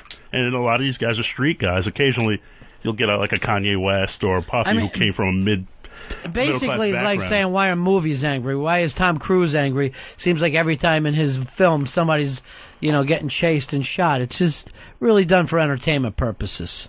Yes, I mean, look at Eminem. He's white and, furious. The songs are furious. Well, he broke up with his wife again, right? He was with her, they broke up, and she's saying he's the dopehead. It used to be she was the dopehead, right? I think she still is. She still has her problems, yes. Yeah, she's very honest about it. She's like, he just needs help. He's completely out of his mind. Well, it's easy to be honest with somebody else's life. Here's Paul. Paul, you're on Ron and Fez. Hey, boys, Earl. Yeah. Hey, Earl, no ass kissing on the answer to this question, but where do you want to be 10 years from now? And my second one is, whatever happened to the Bus Boys? Thanks. Bus Boys did that great Boys Are Back in Town song. Eddie Murphy brought them to the forefront. But, Earl, where do you want to be 10 years from now, decade from now? Good question. Provided that Manhattan isn't underwater. And this fire hasn't claimed more lives. So far, only one gone. Me. Oh, yeah, and Earl's parents. Hopefully, I see myself, running a channel here. I would like to see that, too, Earl. I would love to see you with your own channel. I mean, first of all, if Wiki does it, how easy could it be? I want to see you get Cinemagic. I would love to see you with Cinemagic. Go ahead, Earl. I know you want to get back because he can't do it.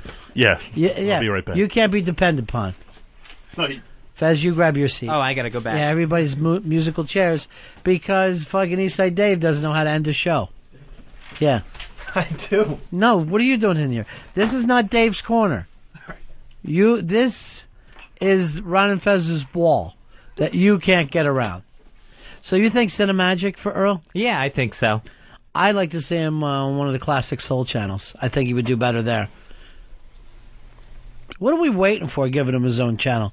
He deserves it now. He's here enough every night. I'm sure he could program one. Yeah. All right, here's Rob. Rob, you're on Earl's Corner. How are you? Hey, boys. Yeah. I was just going to see if Earl has heard the new Guns N' Roses album, or if he knows when it's coming out. Earl, you know anything about the new GNR? Chinese Democracy is scheduled to come out and this is an official quote from the record company, this year, as opposed to we don't know. But they got tour dates lined up, so apparently this release is going to be closer than it's been in like the last 13 years. Well, there it is. Normally with Earl's Corner, the last question is always about Guns and Roses. That's it for us, gang. Enjoy your 420. 420. 7 years since Columbine? Or is it 6? 7 years today since the Columbine shootings. 1 year today since we got the new Pope. And, of course, happy birthday, Adolf Hitler. See you guys back here tomorrow right after O&A. Take care. See ya! The Ron and Fez Show. XM 202.